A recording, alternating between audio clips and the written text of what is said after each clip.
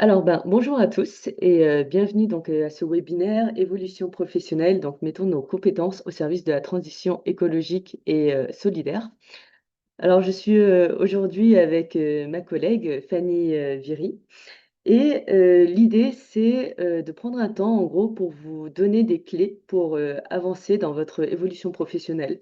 Si vous êtes là aujourd'hui, c'est que vous avez une envie, une aspiration, une réflexion autour de comment changer de métier ou en tout cas évoluer dans votre vie pro pour travailler dans la transition écologique et solidaire. Donc, on aura un temps où on va vous donner des conseils, des réflexions. Une partie où on vous présentera aussi comment nous, on aborde ces questions, surtout par le programme Nouvelle Voie. Et ensuite, pour illustrer un peu ça, vous aurez des témoignages de Antoine et Magali qui sont là avec nous, qui vous racontera un peu leur parcours. Et enfin, bien sûr, un temps de questions. Donc, comme je vous ai indiqué, n'hésitez pas à poser vos questions tout au long du webinaire dans le chat. Et à la fin, si jamais ces questions n'auront pas été évoquées, nous prendrons vraiment le temps tout à la fin pour répondre à toutes les questions. En général, ça dépend. Soit on répond sur le coup, soit on répond à la fin en fonction des questions. Et pour commencer, on va déjà se présenter, Fanny et moi. Je vais commencer et je te passerai la main, Fanny, juste derrière. Donc, pour vous dire, moi, je suis vraiment le profil qui a bifurqué, on va dire. C'est-à-dire que je suis à la base ingénieur mécanique. Et je me suis rendu compte ce matin que ça fait 10 ans que j'ai fait ma rupture conventionnelle. Donc voilà, joyeux anniversaire de bifurcation. Alors pourquoi est-ce que j'avais demandé une rupture conventionnelle à l'époque? C'est parce que tout simplement, je travaillais sur du développement de produits grand public. Pour vous dire, je faisais des machines à café à l'époque. Et moi, vraiment, le projet qui a été un peu la goutte d'eau, c'était on travaillait sur mettre le Bluetooth dans les machines à café pour pouvoir lancer son café depuis son téléphone avec une application. Et là, vraiment, je me suis dit, est-ce que c'est vraiment ça que j'ai envie de faire? Est-ce que c'est vraiment ça que je trouve utile pour la société? La réponse était non. Et ce qui m'a amené du coup à une réflexion de se dire, en fait, c'est quoi faire le métier d'ingénieur, mais de manière plus responsable, ou en tout cas qui serve à quelque chose de plus utile, qui est une question, vous verrez, qui m'a suivi pendant quand même pas mal de temps. Et donc, j'ai fait un premier projet qui s'appelle La Clavette, où je suis allée filmer des porteurs d'initiatives. Je tournais des petits documentaires où, en gros, j'allais à la rencontre de personnes qui ont utilisé la conception de produits pour répondre à des enjeux, soit de société, soit à des enjeux environnementaux. Donc, c'était par exemple des pompes à holothèque, c'était par exemple des personnes qui développaient des prothèses en impression 3D, en open source, ce genre de projet. Et ensuite, comme ce projet était à l'étranger, je suis rentrée en France et je me suis demandé, en fait, comment est-ce qu'on pouvait faire un peu bouger les lignes. Ce qui m'a emmené à la fois auprès d'entreprises, auprès d'entrepreneurs sociaux et enfin, mon dernier terrain de jeu qui a pas mal été les écoles d'ingénieurs. Ce qui m'amène aujourd'hui même à être à mi-temps aussi enseignante à l'INSA de Lyon, où on est en train de développer une filière d'ingénieurs de la transition. Et donc, il y a quelques années, il y a 6-7 ans, je discutais déjà avec pas mal d'ingénieurs en quête de sens. Et j'étais sous le constat de, ça serait vraiment bien qu'on arrive aussi à toucher des profils qui sont pas seulement les profils sortis d'études, mais qui sont aussi des profils un peu plus seniors, un peu plus expérimentés, et qui me contactaient durant mes conférences, qui m'envoyaient des mails, des messages pour me dire que eux aussi, ça leur parlait et qu'ils avaient envie de bouger, mais qu'ils ne savaient pas comment faire. Et donc, c'est là, en gros, qu'il y a eu un peu la naissance de l'Institut Transition, que je vous raconterai un petit peu juste derrière. Et pour continuer, Fanny, je te propose de prendre la parole pour te présenter. Bonjour à tous, à toutes, et très heureuse de vivre ce webinaire ensemble. Comme Isa vous l'a dit, je m'appelle Fanny. Moi, je partage mon temps entre deux associations que j'ai cofondées. Anciela, qui est une association lyonnaise qui a vocation à mobiliser les personnes sur les questions d'écologie et de solidarité, et ensuite à les accompagner dans leurs engagements et leurs initiatives. Ce que je fais plus précisément, c'est que je coordonne une pépinière où on accompagne des personnes qui lancent des associations et des entreprises et qui les développent pour voilà, faire bouger les lignes de la société. Donc ça, c'est la première partie de mon temps. Et l'autre partie de mon temps, c'est donc l'Institut Transition, où voilà, je coordonne avec Isa et Léa le programme Nouvelle Voie et où je propose un certain nombre de formations pour permettre voilà, la montée en compétences des personnes. Et pour vous partager un peu quelques éléments de parcours, moi, j'ai pas bifurqué. Finalement, j'ai été sensible assez jeune aux questions plutôt de solidarité, de justice sociale, d'exclusion. J'ai eu la chance de m'engager dans des groupes de jeunesse qui faisaient des petites actions de solidarité, ce qui fait qu'au moment de faire mon choix d'études, je ne savais pas exactement ce que j'avais envie de faire, mais je savais que j'avais envie d'être utile et d'œuvrer pour l'intérêt général. Donc, j'ai passé les concours de Sciences Po et je suis rentrée à Sciences Po à Lyon, où j'ai eu la chance de rencontrer pas mal de personnes qui partageaient les mêmes valeurs et qui avaient envie de développer des choses. Et donc, voilà, c'est comme ça que ça a commencé pour moi, puisque à ce moment-là, j'ai rencontré Martin qui avait fondé Anciela, que j'ai rejoint. Et voilà, c'est un engagement qui a pris tellement de place dans ma vie que je me suis dit que j'avais envie de travailler là. Donc, j'ai travaillé sur la création de mon poste jusqu'à bah, que ça devienne réel. Euh, et c'est vraiment par mon engagement à Anciela que je me suis rendu compte que bah, finalement, tout le monde ne vivait pas l'alignement que moi, je pouvais vivre entre bah, mes valeurs et mon travail, et que ça pouvait voilà, être source bah, de remise en question, source aussi de souffrance. Donc ça a commencé à nous trotter en tête de pouvoir agir spécifiquement dessus jusqu'à 2019 où on s'est dit non mais là vraiment il y a vraiment il y a du besoin à la fois parce qu'on voit que cette quête de sens au travail elle est de plus en plus massive dans la société, mais aussi parce qu'on était en contact avec un certain nombre de structures euh, associatives, entrepreneuriales qui avaient des gros enjeux de recrutement mais qui ne savaient pas très bien comment accueillir des personnes en évolution pro.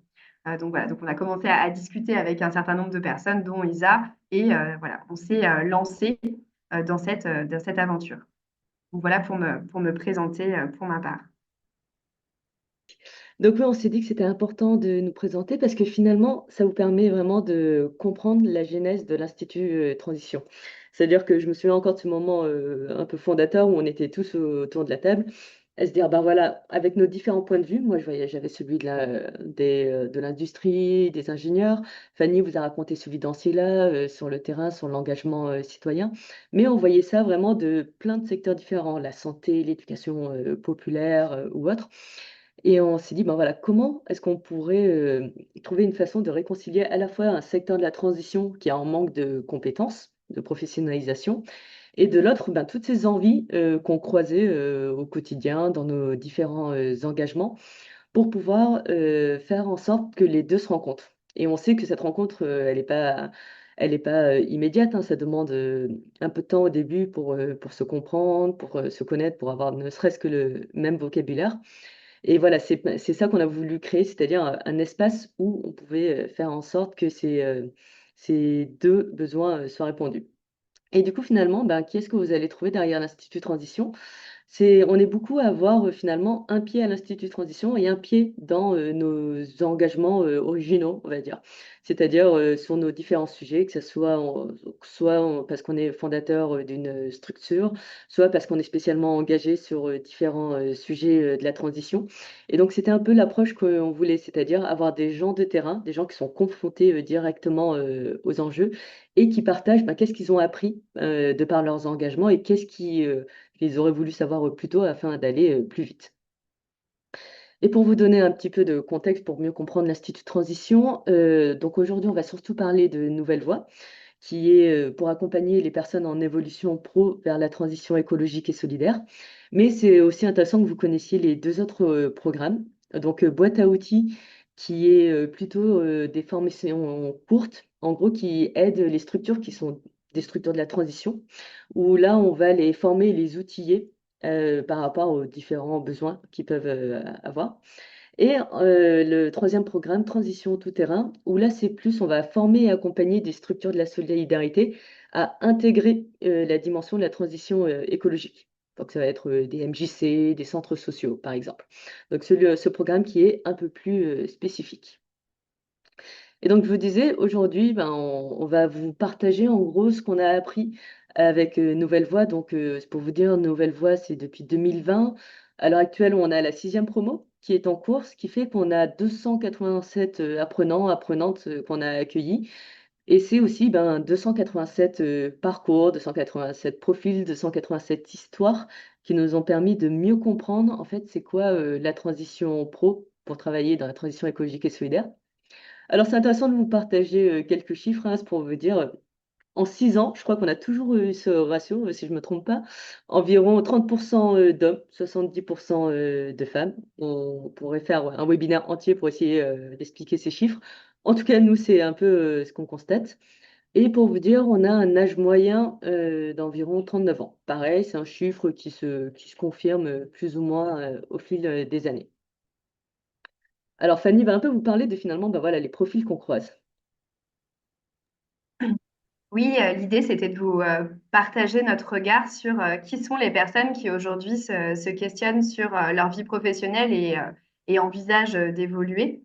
Ce que je vais vous partager, c'est à la fois issu, comme le disait Isa, des 287 personnes qu'on a pu accompagner, mais c'est aussi nourri par un projet de recherche qu'on avait réalisé au moment du lancement de l'Institut pour étudier le parcours biographique de personnes qui avaient déjà évolué professionnellement dans le champ de la transition écologique et solidaire pour apprendre de leur expérience. Donc le premier point que j'avais envie de vous partager, c'est que finalement, contrairement à ce qu'on pourrait imaginer à partir du traitement médiatique qui est fait de ces dynamiques-là, la remise en cause du travail est une remise en cause qui n'est pas le fait que de certaines générations qui seraient plus jeunes, qui seraient plus difficilement enfin, plus difficiles à manager. Nous, ce qu'on remarque, c'est que la réflexion sur le sens au travail, ça traverse toutes les générations et ça traverse aussi un bon nombre de métiers, de secteurs d'activité. Tous les ans, on a naturellement notre petit groupe d'ingénieurs voilà, qui est toujours représenté. On a toujours notre petit groupe de personnes qui ont fait du commerce, du marketing, de la communication, mais on a aussi des enseignants, enseignantes, des personnes issues du secteur médico-social, des personnes qui ont fait de la logistique, du transport. Enfin, vraiment, c'est tout âge parmi les actifs et c'est vraiment des univers professionnels extrêmement différents. Ceci étant dit, dans cette grande diversité émergent quand même deux types de profils dans lesquels peut-être certains et certaines d'entre vous se retrouveront. Le premier profil, c'est le profil que nous, on appelle les personnes ayant eu un parcours de non-choix. Donc, qu'est-ce que c'est? Ce sont des personnes qui, finalement, ont fait des études et ont eu une ou plusieurs expériences professionnelles sans finalement avoir jamais eu le sentiment de décider ce qu'elles avaient envie de faire et d'être extrêmement motrices dans leur parcours. Donc, c'est voilà, c'est des personnes qui ont souvent été portées par des facilités, par parfois aussi des injonctions familiales ou liées à leur milieu social à prendre plutôt telle étude et à choisir plutôt telle opportunité professionnelle. Il se trouve que ces personnes-là peuvent à un moment donné avoir des prises de conscience écologiques et solidaires ou avoir aussi des ruptures dans leur vie qui les amènent à reconsidérer leur parcours en se disant mais en fait je n'ai jamais décidé vraiment d'où j'avais envie d'être et qui vont avoir un enjeu à se découvrir ou se redécouvrir pour construire la suite de leur parcours. Donc voilà, ça c'est une tendance quand même extrêmement forte parmi les personnes qu'on rencontre. Deuxième tendance qui est plus minoritaire, mais qu'on perçoit comme étant croissante, c'est pour le coup des profils de personnes qui avaient plutôt fait des choix, avaient même pour certaines des métiers passion, des métiers vocation, mais qui à un moment donné sont malgré tout en crise de sens. Donc je pense aux personnes justement enseignantes dans le secteur médico-social qui n'étaient pas du tout arrivées là par hasard, mais qui à un moment donné viennent quand même re-questionner leur vie pro. Ça peut être soit parce que le contexte d'exercice ne leur permet pas de vivre le sens qu'elles avaient imaginé, avec voilà, des personnes qui ont l'impression de ne pas pouvoir faire du bien aux personnes bénéficiaires. Soit ça peut être aussi parce qu'elles ont eu des prises de conscience sur les enjeux écologiques et qu'elles se disent que voilà, c'est plutôt à ça, à ce moment de leur vie, auquel elles ont envie de répondre présentes. Voilà, quelques petits partages de profils. Alors, pour continuer, nous, ce qui nous a beaucoup intéressé, c'est de comprendre finalement où les personnes trouvent l'énergie d'avancer dans leur évolution pro, puisqu'on parle quand même de personnes qui quittent euh, un milieu qui est certes parfois insatisfaisant, mais qui est connu, qui est maîtrisé, pour se lancer dans une aventure où les incertitudes sont quand même encore assez nombreuses. Donc ça nous a permis de mettre le doigt sur finalement quelles étaient leurs grandes motivations, quels étaient les grands moteurs de cette évolution pro. Et que je vais vous partager. L'idée, en m'écoutant, c'est peut-être de vous poser la question de quelles sont les dimensions qui entrent en résonance avec ce que vous pouvez être en train de vivre. Donc, première quête, c'est ce qu'on appelle la quête de sens. Donc, c'est ce qu'on peut vivre quand finalement on sent qu'il n'y a pas d'alignement entre nos valeurs, notre idéal de société et la vie professionnelle qui nous mobilise quand même l'essentiel de notre temps, enfin, en dehors du temps de sommeil. Donc voilà, ce sentiment de dissonance, il peut être source de fatigue, il peut être source de souffrance. Et donc finalement, évoluer professionnellement, c'est chercher un espace pour réduire cette dissonance et se reconnaître dans la vie professionnelle qui est la nôtre. Deuxième quête, c'est la quête d'utilité. Donc là, c'est vraiment les personnes qui se disent qu'ils ont besoin d'être utiles, de sentir qu'ils ont un impact au travers de leur vie professionnelle. Donc pour certaines personnes, ça va être vraiment, je veux sentir que j'ai un impact moi-même, je veux être en contact avec le terrain, avec les bénéficiaires pour percevoir mon utilité. Pour d'autres, ça va être simplement, je veux rejoindre des structures qui ont un impact, même si ce n'est pas moi qui suis en contact direct avec ce qu'on produit. Donc voilà, ça peut être un moteur aussi extrêmement important, qui est notamment ressenti par des personnes qui ne perçoivent pas d'utilité dans leur vie professionnelle actuelle, voire même qui ont l'impression d'avoir une vie professionnelle qui serait contre-productive par rapport à ce à quoi ils auraient envie de participer. Troisième quête, la quête de lien. Donc là, ça concerne plutôt les personnes qui se sentent en décalage par rapport à leurs collègues parce que pas les mêmes préoccupations, pas la même sensibilité, donc une difficulté à partager et à être en relation, que ce soit dans les temps de travail ou dans les temps plus de convivialité informelle. Et donc là, c'est une envie d'évoluer professionnellement pour rejoindre des collectifs de travail dans lesquels on pourra se projeter et où à la pause café, on ne se dit pas, mais moi, je ne me reconnais pas dans les échanges qu'on est en train d'avoir. Quatrième quête, la quête de découverte. Donc là, c'est plutôt pour les personnes qui ont le sentiment d'avoir fait le tour, de ne plus apprendre, de ne plus se sentir challengé par son activité quotidienne. Donc là, l'évolution professionnelle, ça peut être un moyen de sortir de sa zone de confort pour se redécouvrir, développer des nouvelles compétences et se sentir à nouveau en dynamique. Et puis, dernière quête, la quête d'aventure. Donc là, c'est souvent vécu par des personnes qui ont l'impression d'être une ressource humaine, en fait, simplement pour leur entreprise, leur association, mais qui se disent, moi, je voudrais être dans une organisation où je participe à la définition des choses et donc je suis vraiment partie prenante de l'aventure, quoi. Je ne suis pas seulement là pour exécuter des choses qui ont été définies par d'autres. Donc, je contribue à quelque chose qui me dépasse, quoi, et en mettant aussi qui je suis dedans.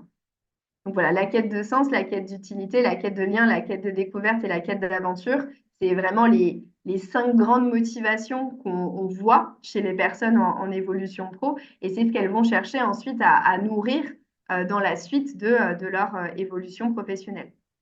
Donc là, ce qu'on avait envie de vous proposer avec Isa, c'est de prendre juste une petite minute, chacun, chacune, pour essayer de vous formuler dans quelle quête vous vous retrouvez. Euh, et pour celles et ceux qui en auraient envie, n'hésitez pas à le partager dans le chat en disant bah, moi, c'est plutôt ça ou moi, plutôt ça, bah, pour que voilà, on puisse voir un petit peu quelles sont les tendances parmi les personnes qui suivent ce webinaire. Mm. N'hésitez pas, ça peut être une quête, ça peut être peut-être les 5 quêtes, ça peut être une en premier et deux, trois autres un peu plus en deuxième. Mais voilà, en gros, finalement, souvent les réponses sont très variées et vous le sentez en général quand Fanny passe les différentes quêtes, vous voyez celle qui résonne plus ou moins fort pour vous.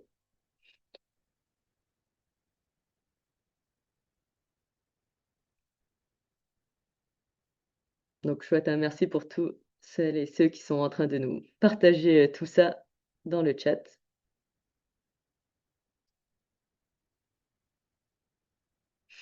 Et donc, cet exercice est intéressant parce qu'à la fois, ça vous fait le diagnostic de votre situation actuelle et à la fois, ça vous permet aussi un peu de commencer à caractériser vers où vous avez envie d'aller. C'est-à-dire, si finalement, vous avez peut-être, vous voyez une offre d'un emploi dans la transition, mais que ça ne répond pas du tout à la quête de lien, parce que c'est du travail plutôt derrière un PC sur une feuille Excel, et ben du coup, il y aura toujours cette envie qui sera derrière, tant bien même vous avez trouvé une structure de la transition. Donc voilà, au plus vous allez pouvoir caractériser, définir précisément ce que vous cherchez, au plus il y a de chances que derrière votre reconversion soit satisfaisante, tout simplement. Allez, et ben on va pouvoir continuer à avancer. N'hésitez pas à continuer d'écrire et ou à tout simplement faire une capture pour vous poser tranquillement sur cette question un peu plus tard.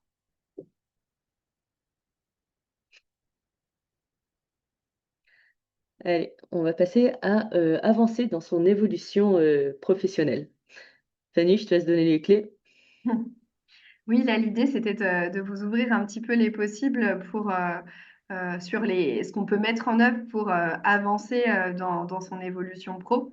Donc là, l'idée, c'est vraiment de se dire, bon, bah, comment on va réussir progressivement à préciser où est-ce qu'on a envie d'aller et ce que pourrait être un projet professionnel futur. Donc, première piste, c'est ce qu'on appelle, nous, définir son horizon. Donc, c'est définir où est-ce qu'on a envie d'aller. Pour ça, on utilise souvent un petit outil que je vais vous présenter qui s'appelle la boussole intérieure. Donc, la boussole intérieure, c'est justement ce qui vous permet de vous orienter à la croisée des chemins en se disant, bon, bah, c'est plutôt là que je vais vers là que je vais me diriger. Donc, cette boussole intérieure, elle est faite avec deux petites aiguilles. La première aiguille, elle va montrer à quoi vous avez envie de contribuer. Donc, concrètement, elle montre quelles sont vos valeurs fondamentales, celles qui vous motivent, quelles sont aussi euh, les, euh, euh, quelles sont aussi les causes qui nous mobilisent, quels sont les sujets vraiment qui nous animent, enfin voilà, vers quoi on se sent appelé. Ça, c'est un point qui est parfois un petit peu difficile pour les personnes qu'on rencontre parce qu'elles ont l'impression d'être intéressées par tout, d'être très curieuses. Nous, le petit tip, ce qu'on donne, c'est de ne pas identifier ce qui nous intéresse. Ça se situe plutôt au niveau du cerveau, de la tête, mais d'être attentif à ce qui nous anime. Donc, c'est plutôt ce qui nous met en élan. Donc, ça se situe plutôt au niveau du ventre, quoi. Donc, voilà, première dimension, à quoi j'ai envie de contribuer. Deuxième dimension, ça va être plutôt de réfléchir à ce que vous aimez faire, à quels sont les types d'actions, de postures, de compétences dans lesquelles vous vous sentez bien et qui sont quand même source de plaisir pour vous. Donc voilà, c'est pas du tout pareil d'être très intéressé par les dimensions techniques. Je pense à Sylvain, un apprenant ingénieur de cette année, qui disait, mais moi j'ai envie de continuer à pouvoir répondre à des problèmes complexes en fait par la technique, bah, parce que ça me parle, je me sens bien dans ces dimensions-là, bah, ça c'est hyper important. Euh, ou d'être plutôt, de se sentir par exemple appelé par des missions de transmission, d'accompagnement. Ça préfigure quand même des métiers relativement différents. Donc voilà, vous pouvez vous poser sur cette petite boussole à quoi vous avez envie de contribuer et qu'est-ce que vous aimez faire. Et c'est souvent dans le croisement entre les deux qu'on va réussir à formuler un embryon de projet professionnel pour la suite. Deuxième piste d'une toute autre nature, c'est qu'on vous encourage vraiment à parler de votre envie de changer. Alors, pour deux raisons. La première raison, c'est quand on commence à en parler et à l'assumer, bah, souvent, c'est un moment d'accélération dans notre tête parce qu'on voilà, on le prend au sérieux et on l'assume. Donc, ça vient faire bouger plein de choses. Mais c'est aussi parce que grâce au retour des autres, on va avancer dans la formulation de ce qui nous intéresse et on va aussi avoir plein d'opportunités de contact. Euh, vous verrez, ou certains l'ont déjà peut-être déjà vécu, quand vous commencez à dire ah bah oui, moi j'aimerais bien faire ça, bah, il y a des personnes qui vont dire ah mais tu devrais contacter telle ou personne ou aller voir telle association ou telle entreprise et donc ça permet d'avancer dans sa réflexion. Troisième piste, c'est se faire accompagner. Donc là, c'est vraiment l'idée de pas rester seul en fait dans sa réflexion. Euh, alors, c'est pas un besoin qui va être ressenti par tout le monde, mais si vous sentez que tout seul, c'est laborieux, que vous savez pas comment prendre les choses, que vous avez aussi besoin de retour sur vos intuitions, que vous avez aussi besoin qu'on vous ouvre des nouvelles perspectives, bah, c'est là que c'est quand même utile de se rapprocher de structures dont ça peut être le métier et la raison d'être. Donc, ça peut être par exemple des bilans de compétences. Euh, Peut-être que ça peut être bien dans ce cas-là de regarder s'il y en a qui sont sensibles à cette question de l'évolution pro en raison d'une quête de sens, d'une volonté d'agir en faveur de la transition. Ça peut être aussi d'aller vers des formations qui vont être plus dans une logique de montée en compétences, mais à travers cette montée en compétences aussi d'ouverture vers tout un tas de sujets que vous ne connaissez pas entièrement et qui laissent place à d'autres possibilités professionnelles pour la suite. Et quatrième piste qui, moi, me tient beaucoup à cœur, c'est vraiment de s'autoriser à expérimenter.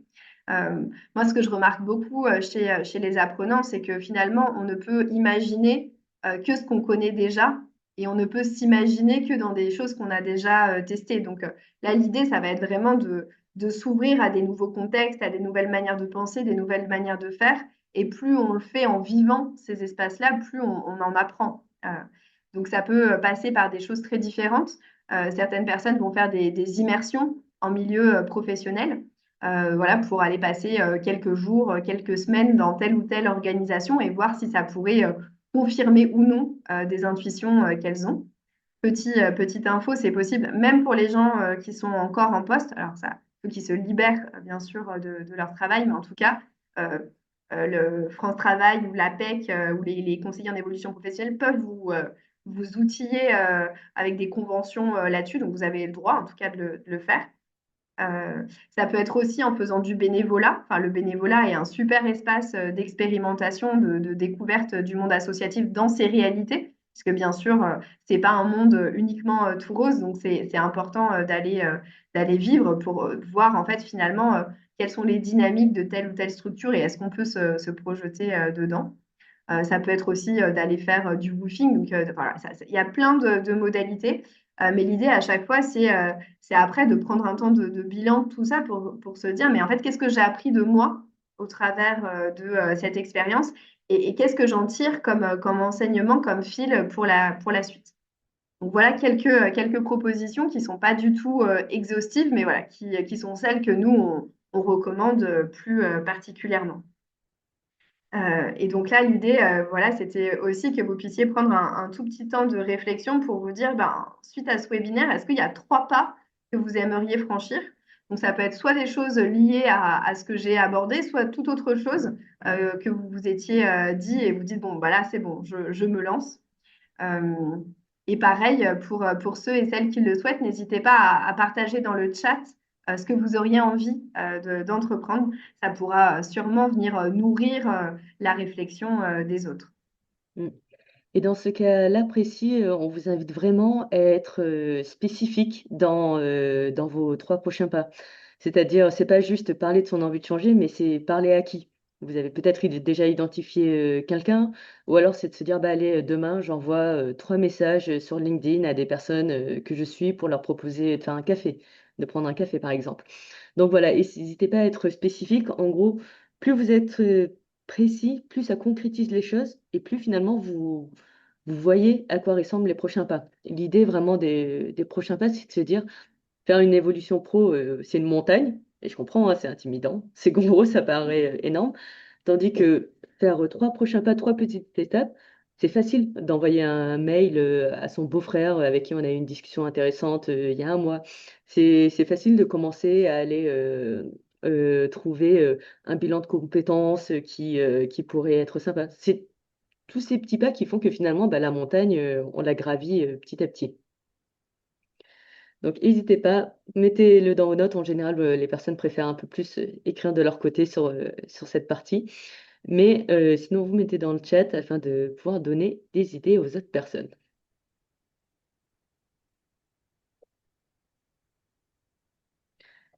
Si vous êtes un peu perdu sur la dimension aussi se faire accompagner, expérimenter, nous vous partagerons en fin de webinaire l'espace évolution que nous avons sur notre site internet qui répond beaucoup à ces questions de quels sont les dispositifs qui existent pour se faire accompagner, de quelle manière on peut expérimenter. Fanny vous a parlé par exemple du dispositif d'immersion. Si vous ne voyez pas du tout de quoi on parle, et ben voilà, nous vous enverrons des liens où vous pourrez commencer à trouver des réponses sur tout ça.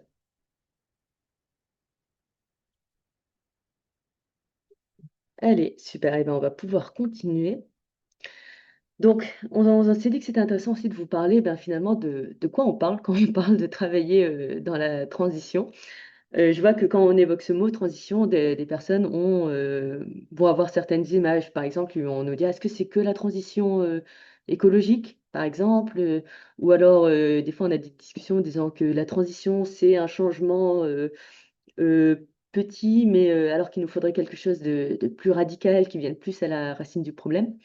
Alors, pour vous dire, nous, qu'est-ce qu'on met dans cette notion de transition? Nous, on parle de vraiment tout ce qui va contribuer à la bascule vers une économie réellement écologique et solidaire. C'est-à-dire que dans la réflexion des structures où vont par exemple nos apprenants, il faut que ça réponde à cette question de se dire, dans un monde qui a transitionné, dans un monde qui fait plus sens, est-ce que cette structure existe? Est-ce qu'elle est là? Est-ce que c'est toujours cohérent? Et finalement, c'est-à-dire que c'est pas une histoire de statut. C'est pas seulement des associations, par exemple. Ça peut être des associations, ça peut être des entreprises, ça peut être des coopératives. Vous le verrez avec l'exemple d'Antoine et Magali. C'est aussi des sujets qui sont finalement très variés, puisqu'on se rend compte que finalement, pour avoir une société qui a transitionné, ben, ça vient toucher un peu toutes les dimensions. Et donc, sur une liste pas du tout exhaustive, on va trouver à la fois des sujets, par exemple, de justice alimentaire, des sujets de nature en ville, des sujets de la mobilité active, des sujets de solidarité intergénérationnelle, de zéro déchet. Donc voilà, c'est vraiment très très large tout ce qu'on peut entendre sous le terme de transition. Et c'est très dur d'en faire le contour. C'est-à-dire que je dirais même que c'était un exercice c'est un peu vain d'essayer de faire le contour de qu'est-ce qu'on entend par transition, mais ça peut vous donner globalement les grandes lignes, en tout cas de nous, l'approche qu'on a. Et ça me permet aussi de le repréciser, souvent on a beaucoup cette notion de transition écologique, qui est peut-être la chose qu'on a le plus en tête. Mais nous, en tout cas, à l'Institut, on essaye aussi de garder en tête cette notion de transition solidaire. Et donc, vous allez avoir des sujets qui sont plus l'un, plus l'autre, et des sujets qui vont mêler forcément les deux, quoi. Mais donc, c'est un champ assez large, mais ce qui est intéressant, c'est qu'au sein de ce champ assez large, il y a forcément des sujets qui vont vous animer. Et donc, si vous vous dites, je ne suis pas passionné de transition énergétique, bah, ça tombe bien parce qu'il y a plein d'autres sujets qui vont potentiellement bien plus vous passionner, bien plus être proche de ce que vous connaissez ou de ce que vous avez envie de creuser, quoi. Ensuite, on va vous expliquer un petit peu de quoi on parle en termes de mission et de métier. Oui, ça c'est une question qu'on nous pose souvent. En fait, vers quel métier je peux me projeter? Enfin, si j'ai évolué professionnellement dans le champ de la transition écologique et solidaire. Ce qui est intéressant d'avoir en tête, c'est que concrètement, il n'y a pas des intitulés de métiers qui sont tellement différents de ceux de l'économie classique. Euh, donc, c'est plutôt des métiers qui vont se vivre ou s'incarner différemment compte tenu de l'association, de l'entreprise, de l'institution et de son secteur d'activité, quoi, puisque les contextes d'intervention et les cultures d'intervention peuvent être assez différentes. Donc, premier type de métier qu'on retrouve beaucoup, c'est finalement des missions classiques d'être en charge de la gestion administrative et financière, d'être en charge de la communication, d'être en charge des RH, mais dans des structures bien particulières qui ont la transition comme raison d'être et une culture d'organisation qui est cohérente par rapport à ça, ou en tout cas qui essaye de l'être. Ce qui est important peut-être à avoir en tête, et ce que je vais dire dépend quand même un peu de la taille de l'organisation et de son niveau de développement, c'est que tendanciellement, il y a il y a souvent, enfin, le retour que nous font pas mal d'anciens apprenants, c'est que on va, enfin, même si c'est le même métier, c'est pas tout à fait la même manière de l'exercer, puisque dans des structures plus petites, euh, on n'est pas que sur la stratégie, sur la direction, on peut être soi-même très mobilisé dans l'opérationnel. Je donne un exemple, pas mal de personnes qui venaient de la com, qui bossaient en agence, avaient finalement une entrée très stratégie de communication, mais n'avaient jamais été amenées à faire des posts réseaux sociaux elles-mêmes. Et ça, ça peut être une découverte pour elle dans des structures de la transition en développement. C'est que la personne chargée de la com, elle est à la fois sur la strate de com, mais aussi sur de l'opérationnel de terrain, puisqu'on n'a pas un service complet, on ne va pas chercher des ressources extérieures, donc ça nécessite une certaine polyvalence dans le métier que l'on exerce. Deuxième possibilité, c'est des fonctions qu'on appelle plutôt, nous, des fonctions de couteau suisse.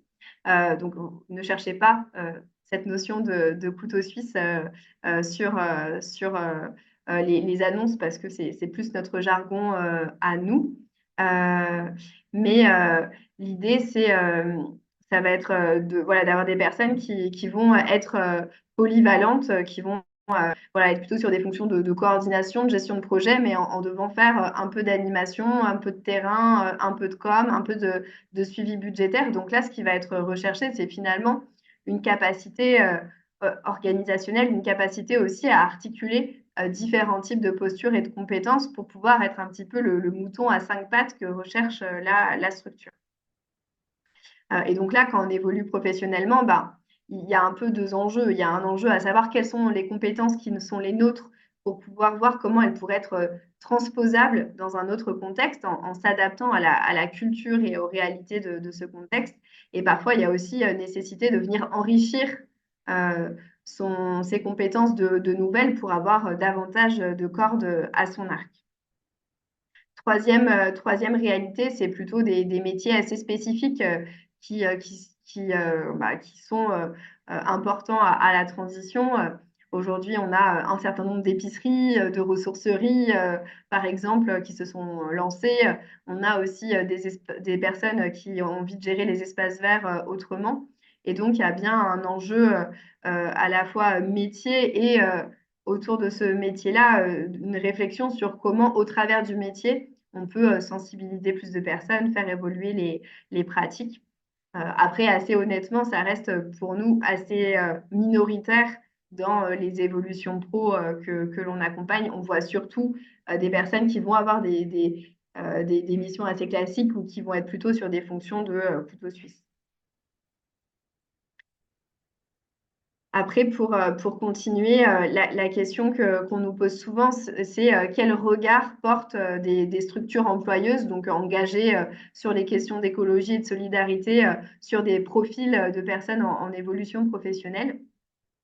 Moi, je dirais que globalement, c'est plutôt un regard positif, mais à une condition, c'est que la personne candidate puisse montrer qu'elle a un vrai projet professionnel cohérent par rapport à la structure, c'est-à-dire elle entre en résonance avec la, le projet de la structure et que par ailleurs, elle a fait un effort pour s'acculturer, pour creuser les enjeux et pour avoir des engagements qui ont marqué son parcours.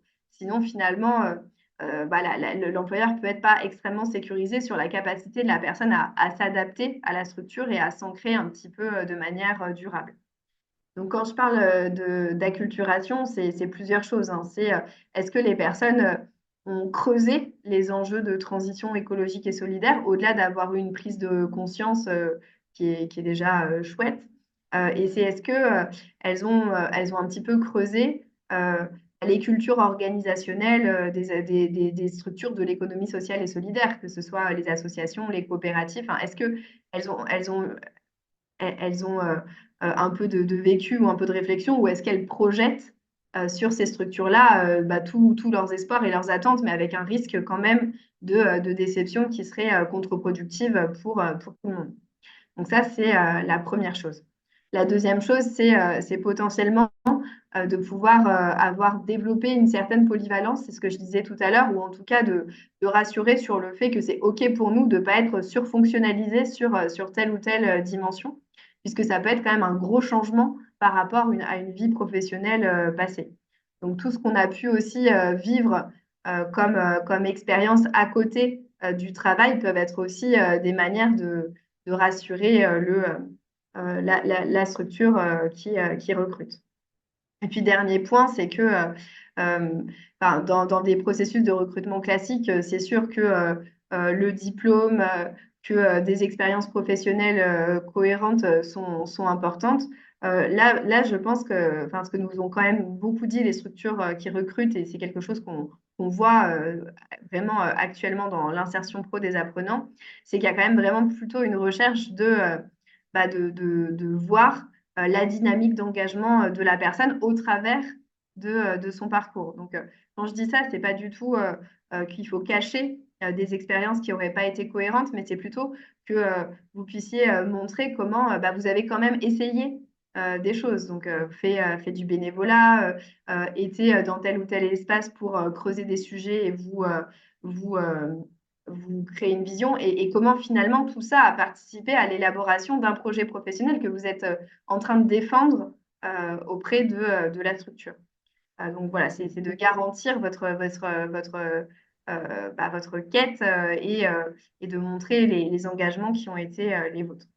Mm. Ce qui me permet un peu de rebondir sur une question qui est sortie dans le chat mais est-ce qu'on a forcément besoin de se former? Et donc, c'est pour ça que je trouve que c'est intéressant qu'on commence ce webinaire en vous donnant déjà des clés qui, dans tous les cas, pour nous, nous paraissent nécessaires pour transitionner professionnellement. C'est-à-dire que ça, si vous arrivez en autonomie à vous acculturer, à vous construire des expériences, ou si vous avez déjà un profil finalement assez polyvalent, potentiellement, vous n'avez pas du tout besoin de faire une formation pour ça. Par contre, c'est intéressant que nous, on a créé une formation pour soit les personnes qui n'arrivent pas à avancer seules, soit pour X raisons, elles peuvent se sentir bloquées, elles peuvent être un peu paralysées dans cet exercice. Moi, j'ai eu quelqu'un en rendez-vous qui me disait, bah, en fait, moi, je fais ça parce que clairement, il faut me donner un coup de pied aux fesses. Il faut que quelqu'un me donne un coup de pied aux fesses, sinon, moi, je ne sors pas de mon canapé. Mais voilà, c'était très conscientisé et finalement, c'était un peu la demande qu'il avait envers nous. On a aussi des fois des personnes qui viennent vers nous parce qu'ils disent, ben, en fait, j'ai l'impression d'avoir les éléments, mais ça prend pas, je suis pas compris, il y a quelque chose qui matche pas et j'arrive pas bien à comprendre. Et donc ça, on prend le temps de voir durant la formation. Et enfin, c'est aussi une histoire pour moi d'accélérateur, quelque chose que, comme du coup j'ai vécu un parcours de bifurcation. Moi, je pense, enfin, je vois hein, au niveau des apprenants, ce qu'ils font en un an, c'est ce qui m'a pris, moi, 3 à 4 ans, on va dire. Donc, oui, je l'ai fait. Typiquement, je suis passée sans formation. Mais je suis sûre que ça a mis plus de temps que si j'avais eu une formation type Nouvelle Voie à l'époque. Donc, voilà, c'est différents éléments qui font que finalement, faire une formation ou pas, ben, ça dépend un peu de vous. Forcément, c'est dur de vous répondre là sans vous connaître. Et c'est pour ça que nous, on fait des rendez-vous d'1 heure et demie avant inscription pour vraiment voir avec la personne est-ce que c'est pertinent ou pas pour elle. Mais bien sûr, ce n'est pas obligatoire. Si demain vous avez une solution pour travailler directement dans la transition, on sera les premiers à vous encourager à le faire. Alors, donc là, on va passer un peu à un moment où on vous présente, nous, à quoi ça ressemble Nouvelle Voie. Et justement, qu'est-ce qu'on a mis quelles sont les différentes briques qu'on a construites pour vous aider un peu à avancer et en rebond un peu des constats que vous a présenté Fanny. Donc, en gros, il y a 4 grandes briques. Une première brique qui est autour de temps de formation. Donc là, l'idée, c'est vraiment de se construire une vision et de monter en compétences.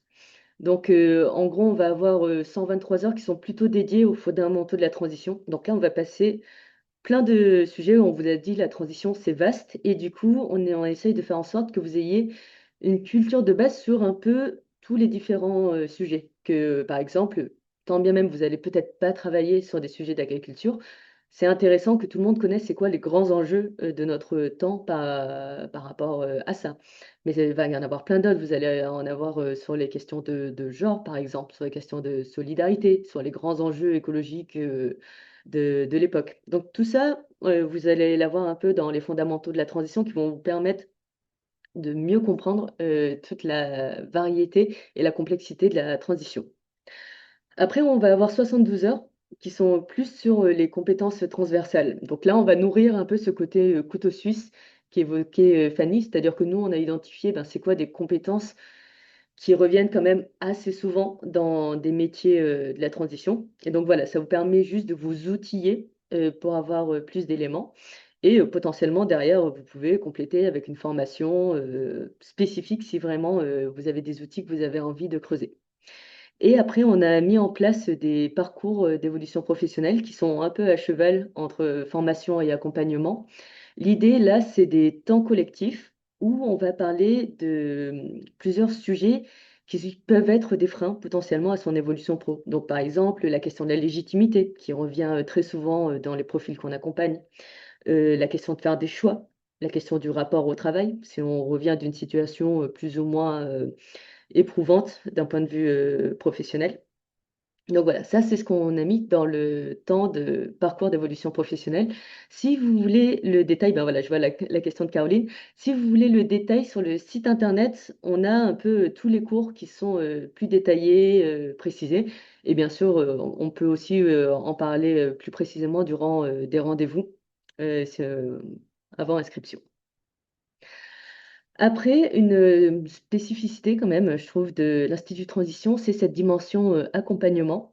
Et nous, on le fait par aussi le biais d'un mémoire. Alors, encore une fois, je pense que Magali et Antoine vous en parleront pas mal. Donc, en gros, quelle est notre approche? L'idée du mémoire, c'est de se dire que vous allez choisir un sujet. C'est libre à vous, ça veut dire que on a, sur les 287 personnes qu'on a accompagnées, on a 287 sujets de mémoire différents. Et donc voilà, vous allez identifier un sujet qui vous anime, qui est quelque chose dans lequel vous avez potentiellement envie de travailler derrière. Et en fait, le fait d'avoir un mémoire, ça va être tout simplement votre fil rouge sur votre année de transition. Et ça va être aussi une excuse pour aller faire des entretiens avec des personnes que vous trouvez intéressantes. Par exemple, on vous a dit, il y a tout un sujet de parler, de discuter, de se faire un peu du réseau. Ben voilà, le fait d'avoir un mémoire, d'envoyer un message en disant j'ai vu ce que vous faites. Par rapport à mon mémoire, ça fait sens. Est-ce qu'on pourrait prendre un temps pour en discuter? En général, les personnes sont très ouvertes à ça. Et c'est pas rare qu'on ait eu des personnes qui ont fait un entretien mémoire et derrière sont allées travailler dans une structure, par exemple, parce que ça les a permis tout simplement de se rencontrer. C'est aussi l'occasion pour vous, si vous avez, comment dire, peut-être que ça fait déjà plusieurs mois, même peut-être années, que vous réfléchissez à ces sujets de transition et vous êtes dans votre tête un peu comme dans une machine à laver avec toutes les idées qui tournent en rond sans vraiment se concrétiser, se formaliser. Ben voilà, le fait de produire un écrit qui va poser votre pensée, votre vision par rapport à un sujet, ben ça aide énormément à vous sentir plus ancré et plus légitime par rapport à ce sujet. Et donc pour faire tout ça, ben, vous n'êtes pas seul, vous avez un accompagnateur ou une accompagnatrice qui sera à vos côtés Et en fait, cet accompagnateur, accompagnatrice, bah, c'est aussi la référente pour vous de votre parcours, c'est-à-dire que c'est une personne que vous allez voir tous les mois et qui va être là pour à la fois vous aider sur votre mémoire, mais aussi pour vous aider de manière globale sur votre reconversion. Et donc, c'est aussi un espace où vous allez pouvoir partager c'est quoi vos doutes, c'est quoi les questionnements, ou tout simplement demander des coups de pouce en termes de sur quelle lecture je pourrais aller là, qui est-ce que je pourrais aller rencontrer. Et ça revient un peu sur ce que je vous disais de, oui, bien sûr, il y a plein de choses que vous pouvez faire seul, mais c'est juste plus agréable de le faire avec des personnes à ses côtés, quoi. Et enfin, pour partager tout ça autour un peu du mémoire, on a des séminaires de recherche tous les mois qui se font en groupe, où là, tout simplement, vous allez partager avec vos camarades, ben, c'est quoi vos avancées, vos réflexions, où est-ce que vous en êtes de votre mémoire, ce qui est aussi un peu plus sympa. Après, pour répondre à la question de l'expérimentation, nous, la brique qu'on a construite autour de ça, c'est ce qu'on appelle les missions de terrain. Donc, comme vous a expliqué Fanny, l'idée d'expérimenter, ben, c'est de se tester, déjà de voir est-ce que, par exemple, je pensais adorer cette compétence, cette pratique. Moi, je parle toujours de l'animation. L'animation, il y a plein de gens qui se disent c'est super de faire de l'animation, des ateliers, etc. Mais une fois qu'ils s'y sont confrontés, c'est très binaire en général. Soit les gens adorent, soit les gens détestent. Et donc voilà, le fait d'expérimenter, ça vous permet de voir ça. Et ça vous crée aussi des références. Si vous avez fait une mission avec une structure, si vous avez travaillé par exemple 3 mois avec les petites cantines, ben voilà, c'est quelque chose que vous pourrez mettre ensuite dans votre CV, c'est quelque chose dont vous pourrez parler. Et donc en fait, des missions de terrain, c'est quoi? Moi je dis souvent, c'est un peu entre du conseil et entre un stage de troisième. C'est-à-dire que c'est un stage dans le sens où ça reste un objet pédagogique. Ça reste un objet où vous avez le droit de vous rater, vous êtes là pour apprendre. Donc, en ce sens-là, c'est un peu comme un stage. On n'attend pas de vous que vous soyez on n'attend pas de vous des résultats. Il n'y a pas cette contrainte de résultat. Par contre, comme je vous l'ai dit, la moyenne d'âge, c'est plutôt 40 ans dans ceux qui font notre formation. Ce qui fait qu'en fait, très souvent, les apprenants, c'est des personnes qui ont plein de compétences, qui ont déjà une certaine maturité, un regard sur les choses. Ce qui fait que dans les structures, il y a vraiment cette posture où plein de fois, ils vont les conseiller, ils vont les orienter, ils vont déceler en gros des points qui les étonnent et qui font un peu réfléchir les structures par ailleurs. Et donc, l'émission, alors en gros, nous, chaque année, on va aller contacter nos partenaires pour essayer de faire ce qu'on appelle une foire à mission, c'est-à-dire différentes missions qu'on va proposer aux personnes. Et vous pouvez faire ces missions soit seules, soit en équipe. C'est pas rare que ce soit des équipes de trois qui aillent sur les missions. Et par exemple, une temporalité assez classique, ça va être un jour par semaine pendant 3 4 mois, par exemple. Et donc, de cette manière, ça vous permet de vraiment mettre un pied dans la structure, de travailler avec eux et de vous confronter à qu'est-ce qui marche pas, qu'est-ce qui vous a plu pas. En général, les discussions qu'on a après, suite à une mission, sont toujours intéressantes parce que ça permet de comprendre vraiment vers où la personne a envie d'aller. Et donc, de la même manière, vous avez des rendez-vous d'accompagnement qui sont faits à la fin enfin, pendant la mission pour vous aider à faire la mission et après la mission pour faire un peu le bilan. Et il y a une dernière possibilité, c'est toujours intéressant d'en parler, vous pouvez faire des missions artisanales. C'est-à-dire que si vous avez déjà des structures que vous avez identifiées, que vous êtes assez proactif, vous vous dites, ben voilà, moi j'aimerais vraiment découvrir cette structure, travailler avec eux. Et ben libre à vous de commencer à entamer des échanges avec eux. On a plusieurs personnes qui ont fait ça cette année.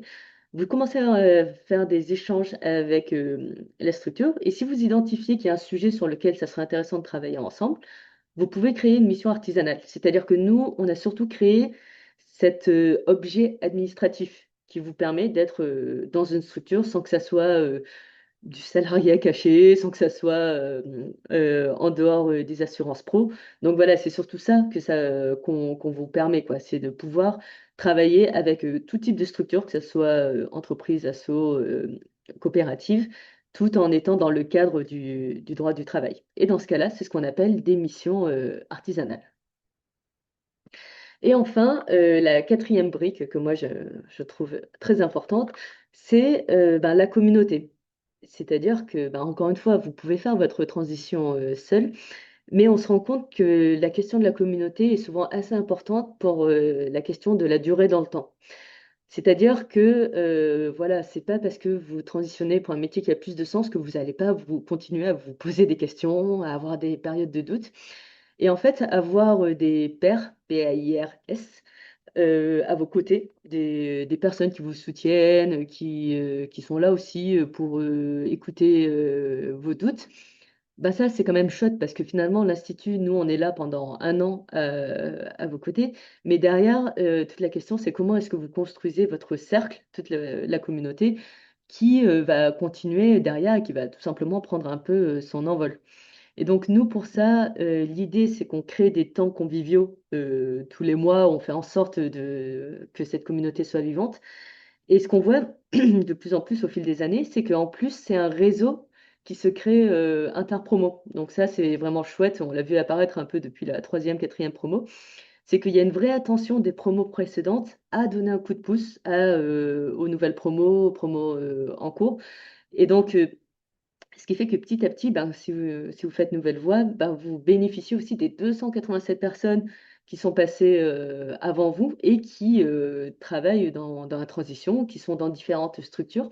Et c'est un peu des différents points d'entrée, ces différents histoires sur lesquels vous pouvez rebondir, vous, pour votre transition.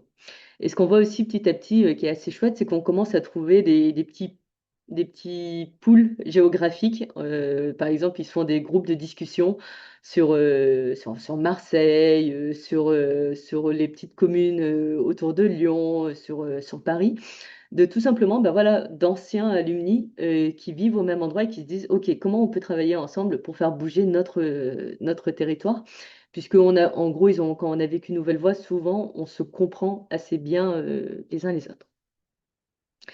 Alors, pour vous expliquer, en gros, Nouvelle Voie, cette année, on a créé deux modalités pour les suivre. On a un peu la modalité classique, qui était celle qui s'est toujours fait en physique à Lyon. Donc, nous, on a nos locaux qui sont à Lyon. Et donc, dans ce cas-là, la forme classique en physique, c'est soit lundi, mardi, soit jeudi, vendredi pour les cours. Et c'est des cours qui vont de septembre à fin mars. Donc, Nouvelle Voie, c'est un programme d'un an, hein. Ça veut dire que vous commencez fin septembre et vous nous rendez votre mémoire fin août. Par contre, les cours se font sur une période de fin septembre à fin mars. Et derrière, vous continuez le mémoire, les missions.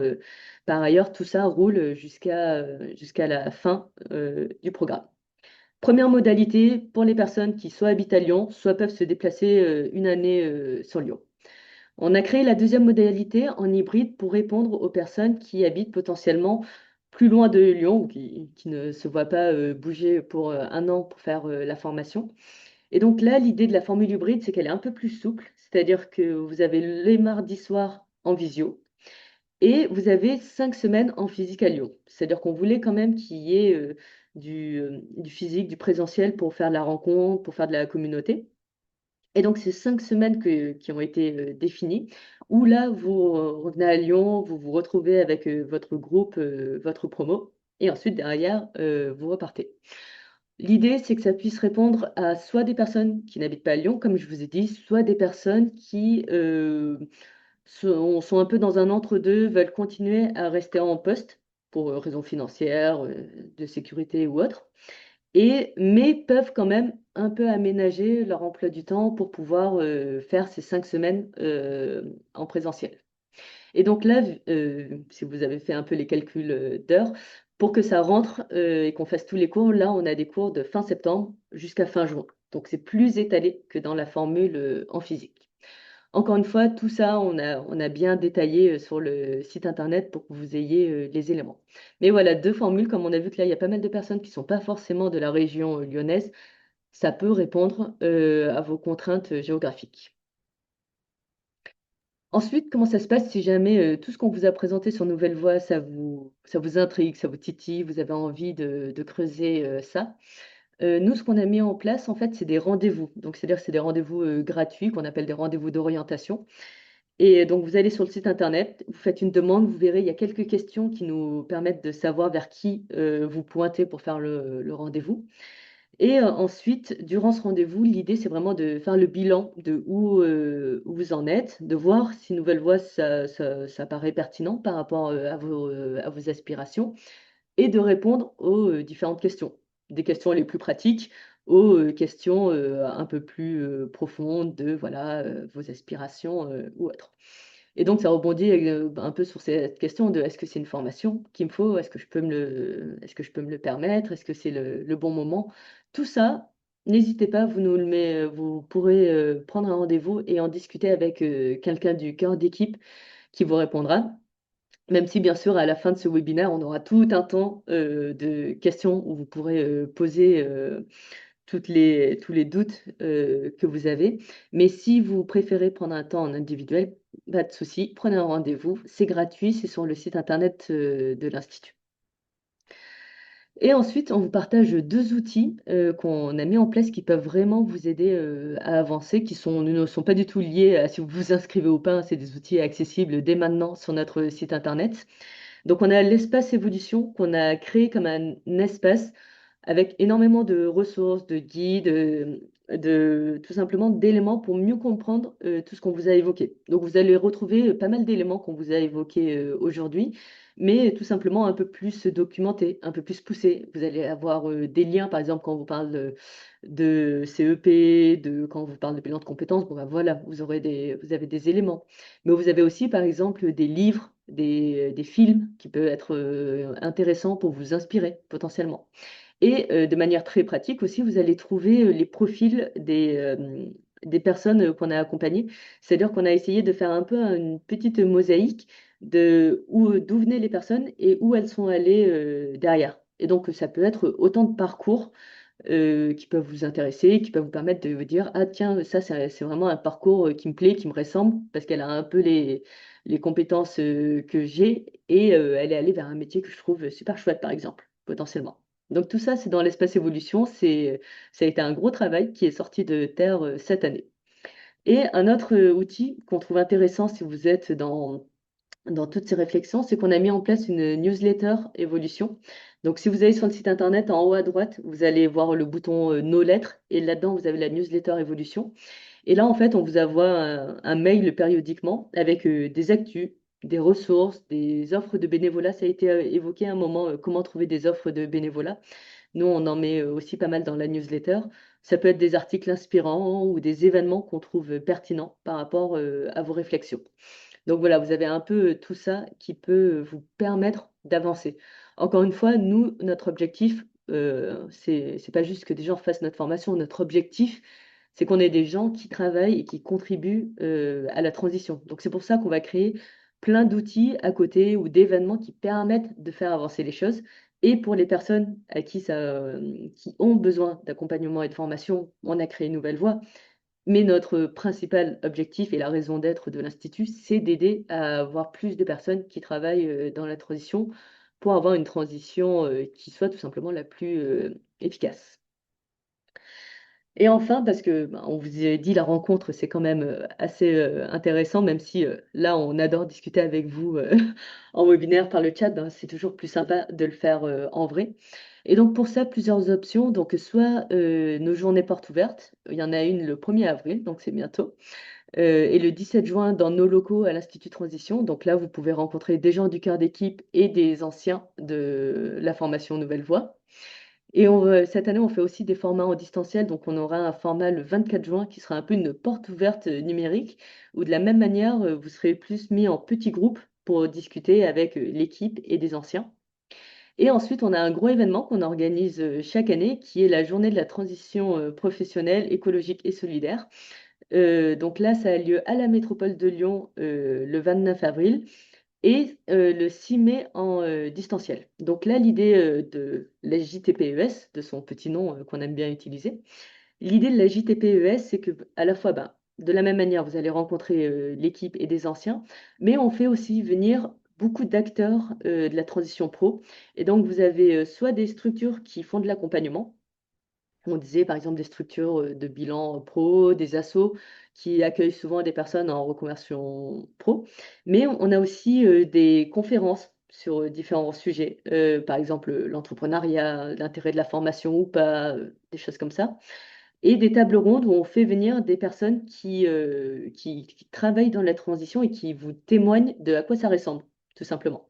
Donc, on a bien 6 ou 7 tables rondes où, en gros, voilà, vous allez pouvoir écouter différents témoignages de professionnels pour essayer un petit peu aussi de casser. Il y a Eric dans le chat qui disait, ben, des fois, on peut un peu fantasmer les métiers de la transition. Ben, voilà, l'idée, c'est d'avoir une conversation franche et authentique sur qu'est-ce qui est facile, qu'est-ce qui peut être plus difficile, la réalité tout simplement de ces métiers pour essayer de vous positionner là-dessus et surtout que vous ne soyez pas déçus. Le but, c'est que nous aussi, derrière, on est des gens qui travaillent dans la transition de manière pérenne, tout simplement. Et alors, on va passer au témoignage. Je réponds juste à Mais Patrick avant sur... je vais, Oui, Isa, je vas-y, peux peut-être Fanny. juste répondre à certaines Vas-y. questions qui t'ont été posées. Je me dis, tant qu'on est encore dans le sujet et que les questions sont chaudes. Alors, si je rembobine un tout petit peu, il y avait plusieurs questions sur quelles étaient les compétences transversales qu'on abordait au sein de Mm. Nouvelle Voie. Donc, il y a deux grands types de compétences transversales. Le premier type, ça s'appelle accompagner le changement de société. Donc, c'est des compétences qui ont vocation à vous permettre, une fois que vous avez bien euh, explorer les enjeux écologiques et solidaires, de se dire, ben, en fait, comment on fait bouger euh, la société dessus. Donc, il y a un cours sur comment est-ce qu'on provoque les prises de conscience et on accompagne au changement les personnes. Il y a un cours sur comment est-ce qu'on accompagne la transition des entreprises en étant plutôt de l'intérieur. Il y a un cours de psychologie sociale pour essayer de comprendre les leviers et les freins au changement, un cours sur le plaidoyer et un cours sur comment est-ce qu'on accompagne la transition des territoires. Voilà, donc là, l'idée, c'est vraiment d'embarquer le plus grand nombre dans cette perspective de changement. Deuxième unité d'enseignement, c'est autour de ce qu'on appelle, nous, développer les structures de la transition. Donc, c'est des cours qui ont précisément vocation à développer la polyvalence de compétences, donc avec un cours sur comment on construit des modèles économiques, un cours sur les stratégies de communication, un sur l'animation de dynamique d'équipe, un sur les coopératives, un sur la gestion des associations. Voilà, donc le but, c'est voilà, d'explorer assez largement. Donc voilà, ça c'était la première question. Il y avait une deuxième question qui était plutôt sur les échelles de salaire. Alors ça, c'est toujours une question qui n'est pas évidente parce qu'en fait, derrière la notion d'évoluer professionnellement au service de la transition se cachent quand même des disparités assez énormes en fonction du type de structures qui sont rejointes. Donc, je vais vous donner la moyenne des salaires, mais après, je me permettrai de dire, en fait, c'est quoi la diversité derrière pour que ça ne... enfin, la moyenne ne cache pas, en fait, ça. Donc, en gros, euh, la moyenne de salaire qu'on voit des apprenants après Nouvelle Voie, qui est relativement stable année après année, c'est autour de 2 000 € net, sachant que c'est une moyenne. Derrière, il y a des structures qui payent moins, qui sont souvent des petites structures sur les enjeux de sensibilisation. Et puis, il y a des structures qui payent aussi beaucoup plus, qui sont plutôt en général des entreprises ou des plus grosses associations et plutôt sur des postes à responsabilité. Euh, donc, euh, donc voilà, ça c'est sûr que c'est des réalités de marché du travail qui vont être relativement diversifiées en fonction de ces différences-là.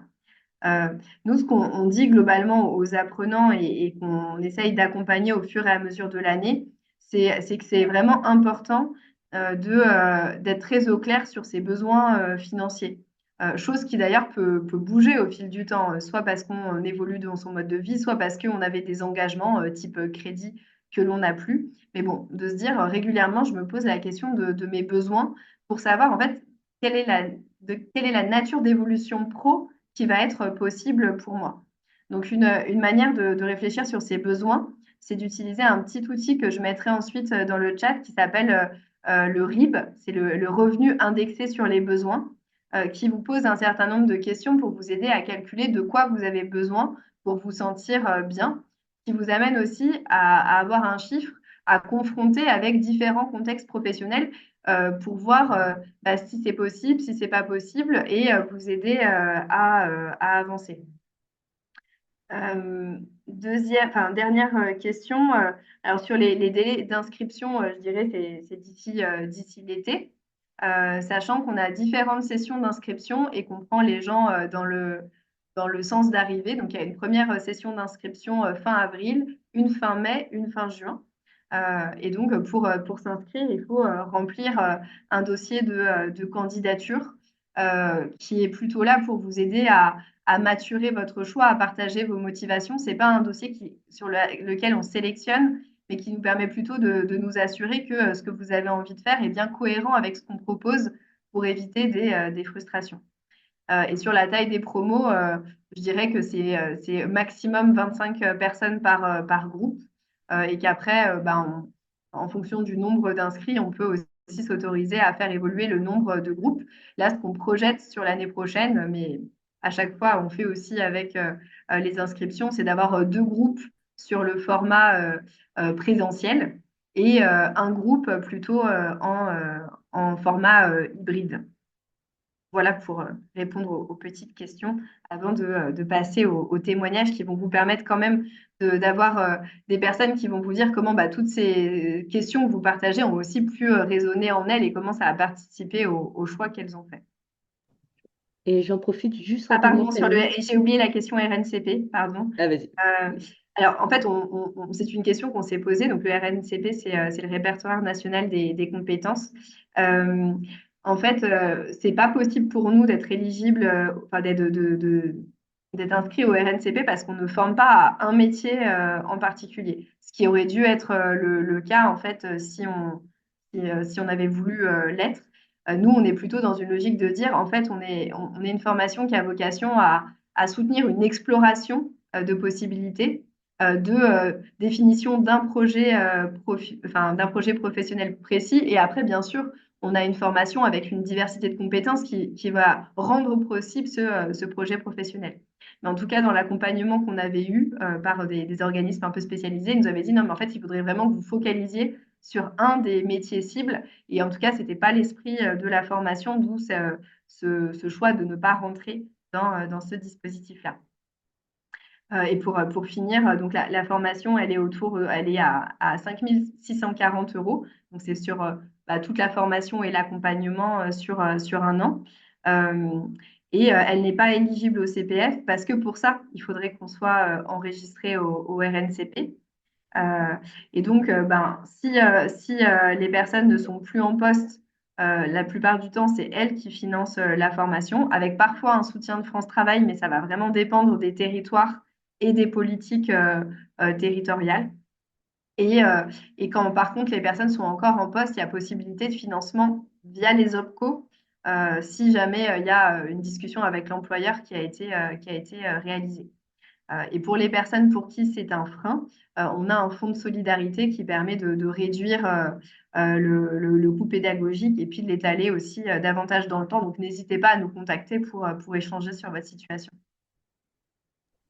Oui, si le frein et le coût, enfin, on va dire si au milieu de tout ça, c'est vraiment le coût qui vous bloque, n'hésitez pas à en parler. On a souvent ces discussions durant les rendez-vous d'orientation et souvent on se rend compte que les personnes ne connaissent pas les différents dispositifs qui existent. Ça, c'est rare qu'on puisse tout financer. Par contre, il y a vraiment des moyens de simplifier un petit peu tout ça ou de trouver comment se sécuriser un peu les différents éléments. Allez, eh ben, on va pouvoir passer au témoignage. Je propose que Magali commence, si c'est bon pour toi, Magali. Oui, on Ouais. mettre peut-être juste la caméra. Mhm.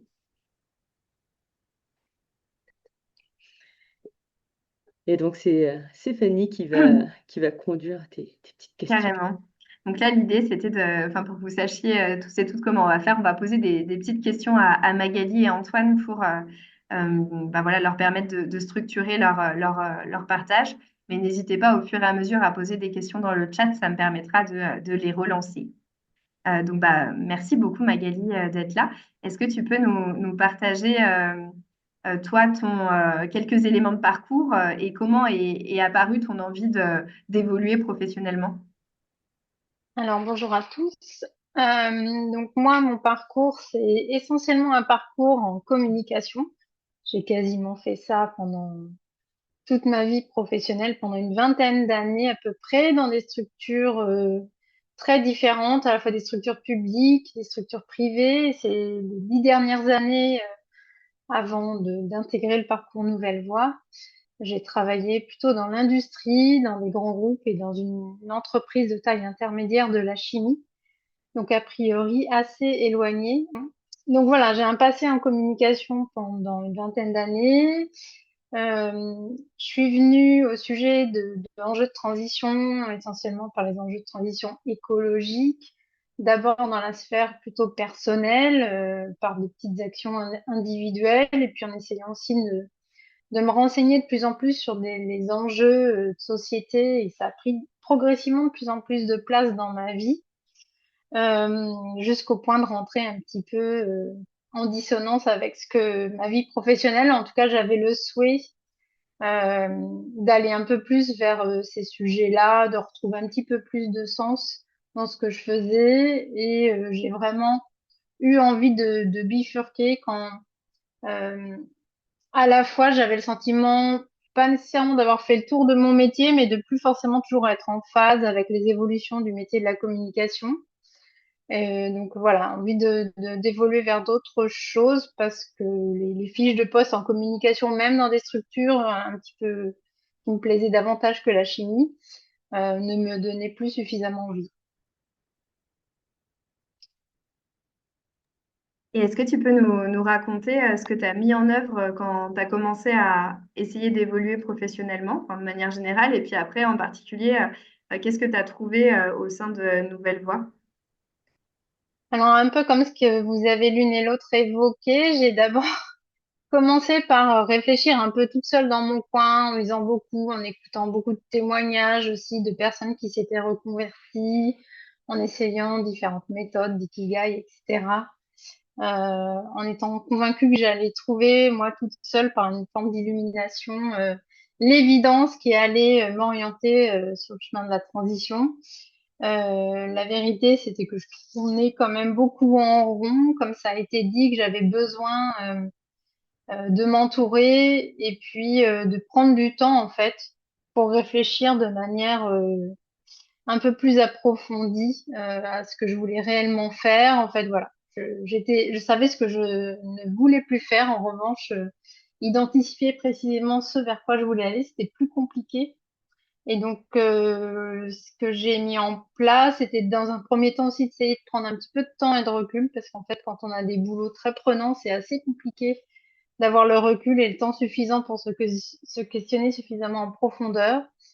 Et j'ai aussi, comme ça a été dit, commencé à parler de mes envies de changement. Je trouve que c'était aussi un point intéressant de pouvoir s'entourer de personnes qui sont ouvertes à ces envies de changement, parce que quand on vient remettre en question beaucoup de choses dans la vie personnelle et professionnelle, l'entourage n'est pas toujours la meilleure oreille qui soit pour nous encourager dans cette voie-là. Et donc voilà, je trouvais que ça c'était important. Et puis par mes recherches, je suis assez vite tombée sur l'Institut Transition, qui me semblait bien correspondre, voilà, à ce besoin d'accompagnement dans un cheminement professionnel. Voilà, ce qui m'a amené là. Et donc, ce que j'y ai trouvé, c'était effectivement d'avoir une bonne culture des enjeux de transition. Pourtant, je pense à l'époque, j'étais bien informée sur ces sujets, mais voilà, je trouve que ça va vraiment beaucoup plus en profondeur et que ça nous donne vraiment une vision très, très précise et systémique du sujet. Ça a permis aussi voilà, comme ça a été dit aussi, de jouer vraiment un phénomène d'accélérateur. En un an, j'ai vraiment réussi à avancer bien plus que je ne l'avais fait jusque-là. euh, En allant vraiment explorer une thématique et puis en développant aussi un réseau vraiment, enfin, je veux pas dire c'est presque trop facile, mais voilà, enfin, on voit qu'il y a vraiment une facilité quand on est dans ce parcours-là à solliciter de manière euh, très facile, à obtenir des contacts, voilà, par aussi le réseau de toute la communauté de l'Institut. Enfin, les choses se font de manière beaucoup plus simple, alors que peu de temps avant, on a l'impression que c'est une montagne à franchir et qu'on va jamais y arriver. Voilà, je trouve qu'il y a beaucoup de choses très facilitantes dans le parcours. Et est-ce que tu peux nous raconter ce que tu fais maintenant? Enfin, donc, tu nous as dit que tu étais à Ouais, l'ADR. j'ai déjà. Qu'est-ce que c'est? Et puis, Oui. finalement, c'est quoi ta réalité métier maintenant, hein? Qu'est-ce que tu remobilises de ta vie professionnelle passée et qu'est-ce que tu as dû aussi apprendre et redévelopper? Alors aujourd'hui, je travaille dans le domaine de l'agriculture paysanne, qui est une thématique que j'avais commencé à explorer pendant mon année Nouvelle Voie sur le sujet d'agroécologie auquel j'ai consacré mon mémoire.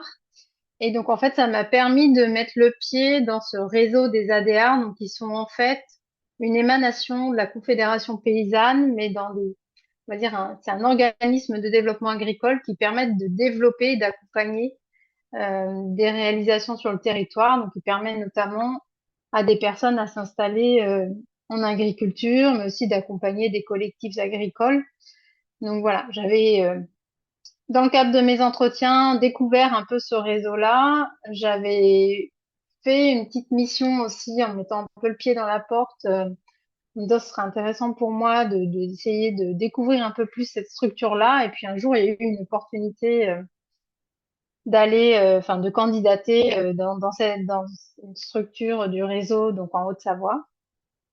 Et donc aujourd'hui, par rapport euh, à ce que je remobilise de mon ancien métier, ça va être évidemment des compétences liées à la communication, même si ça n'est plus l'essentiel de mon travail, de vulgarisation, de pédagogie. Et moi, j'avais aussi beaucoup travaillé sur les dynamiques collectives, sur l'accompagnement du changement, et ça aussi, Euh, c'est des choses que j'arrive à remobiliser assez bien dans mon nouveau poste. Après, il y a quand même toute une appropriation du contexte et enfin des sujets, voilà, qui même si je les avais creusés pendant cette année, ils demandent encore un peu d'effort. Mais voilà, j'arrive quand même à remobiliser pas mal de choses et d'avoir de la satisfaction, d'être un peu sortie de mon métier communication partiellement, mais en tout cas voilà, de retrouver un équilibre en étant beaucoup plus sur des sujets de fond euh, et un peu moins voilà, dans un exercice de communication qui me pesait un peu à la longue. Et pour conclure, est-ce que tu aurais un conseil à donner aux personnes qui auraient envie de se lancer dans une évolution professionnelle? Alors, comme je l'ai déjà un peu dit, je dirais que c'est vraiment d'arriver à s'entourer des personnes qui savent écouter le besoin de changement et qui viennent pas ajouter du doute au doute qu'on se met déjà personnellement. Et puis, moi, le meilleur conseil aussi que j'avais suivi dans le cadre du parcours, c'était de vraiment d'écouter ses tripes, quoi, de vraiment être attentif aux sujets sur lesquels on revient toujours et d'essayer de laisser tomber le côté un peu cérébral, de vraiment suivre ce guide des envies, de ce qui fait vraiment profondément du sens pour soi. Voilà. Super, ben, merci beaucoup. On va passer à Antoine et puis n'hésitez pas si vous avez des questions ensuite à poser à Magali, on lui redonnera la parole. Eh ben, merci beaucoup d'être parmi nous, Antoine. Est-ce que pareil, tu peux nous raconter un petit peu qui tu es, par quoi tu es passé comme parcours et comment est venue ton envie de changer? Ouais, donc bonjour à toutes et tous. Donc moi aussi, comme Magali, je viens du monde de la communication. J'ai fait une dizaine d'années dans le secteur de la communication, vraiment avec un profil plutôt technique et avec des compétences audiovisuelles au tout début. Et puis au fil des années, j'ai voulu parcourir un petit peu tous les sujets de la com parce que j'ai envie de changement à chaque fois, et puis de élargir mon champ de compétences jusqu'à voilà pour avoir un peu un profil très hybride. Et ça me plaisait plutôt bien d'être dans ce cas-là pour apprendre aussi plein de choses. Et puis au bout de voilà 10 ans, je sais pas si, en tout cas à l'époque, je me disais que j'avais fait le tour de la question de la com. Aujourd'hui, je le dis un peu moins, mais j'y reviendrai. Et j'avais voilà, j'avais une envie de changement parce que j'y voyais plus forcément l'utilité. Moi, j'ai travaillé dans différents secteurs en fait, les télécoms, l'éducation. J'ai fini vers l'aménagement. Donc j'ai découvert vraiment plein de choses. C'était aussi un choix, mais j'y voyais plus forcément l'utilité, en tout cas le sens dans ce que je faisais. Et puis en parallèle, voilà, je suis aussi devenu papa dans les dernières années là, de mon parcours professionnel et je pense qu'émotionnellement ça a beaucoup chamboulé.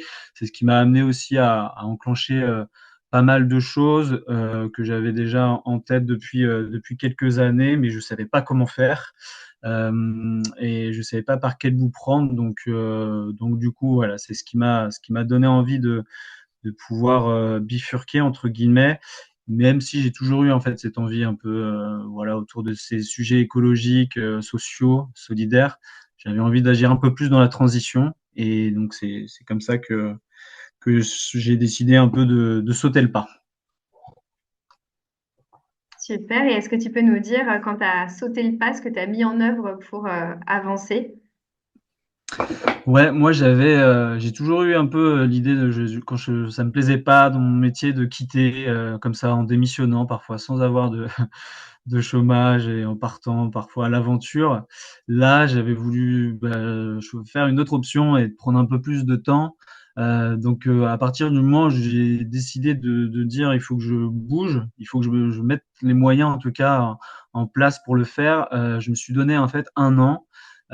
Et dans cette année-là, en fait, j'ai rencontré une conseillère en évolution professionnelle, une CEP, qui m'a amené à la fin, ça n'avait pas abouti grandement, mais en tout cas, ça m'avait mis des petites graines.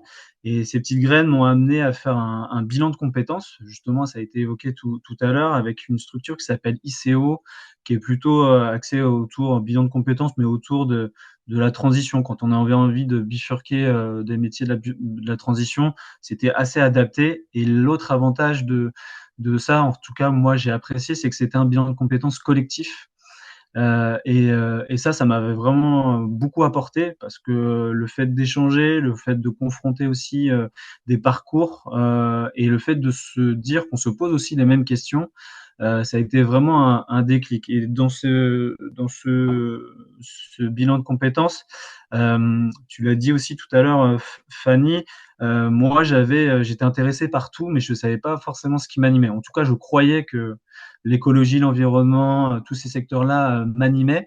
Et je m'en suis rendu compte que c'était quelque chose qui m'intéressait mais qui m'animait pas. Et ça m'a permis d'affiner un petit peu mes envies, mon projet, et de me dire que ce qui m'animait vraiment, c'était plutôt le côté accompagnement, le côté un peu humain, social. Donc du coup, voilà, je suis sorti avec ça.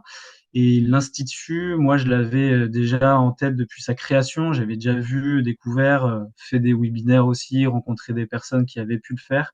Et je me suis dit que c'était le meilleur moyen pour pouvoir rentrer dans le monde de la transition. Et ce que j'y voyais, c'était vraiment pour être un peu plus outillé et pour rentrer dans un réseau.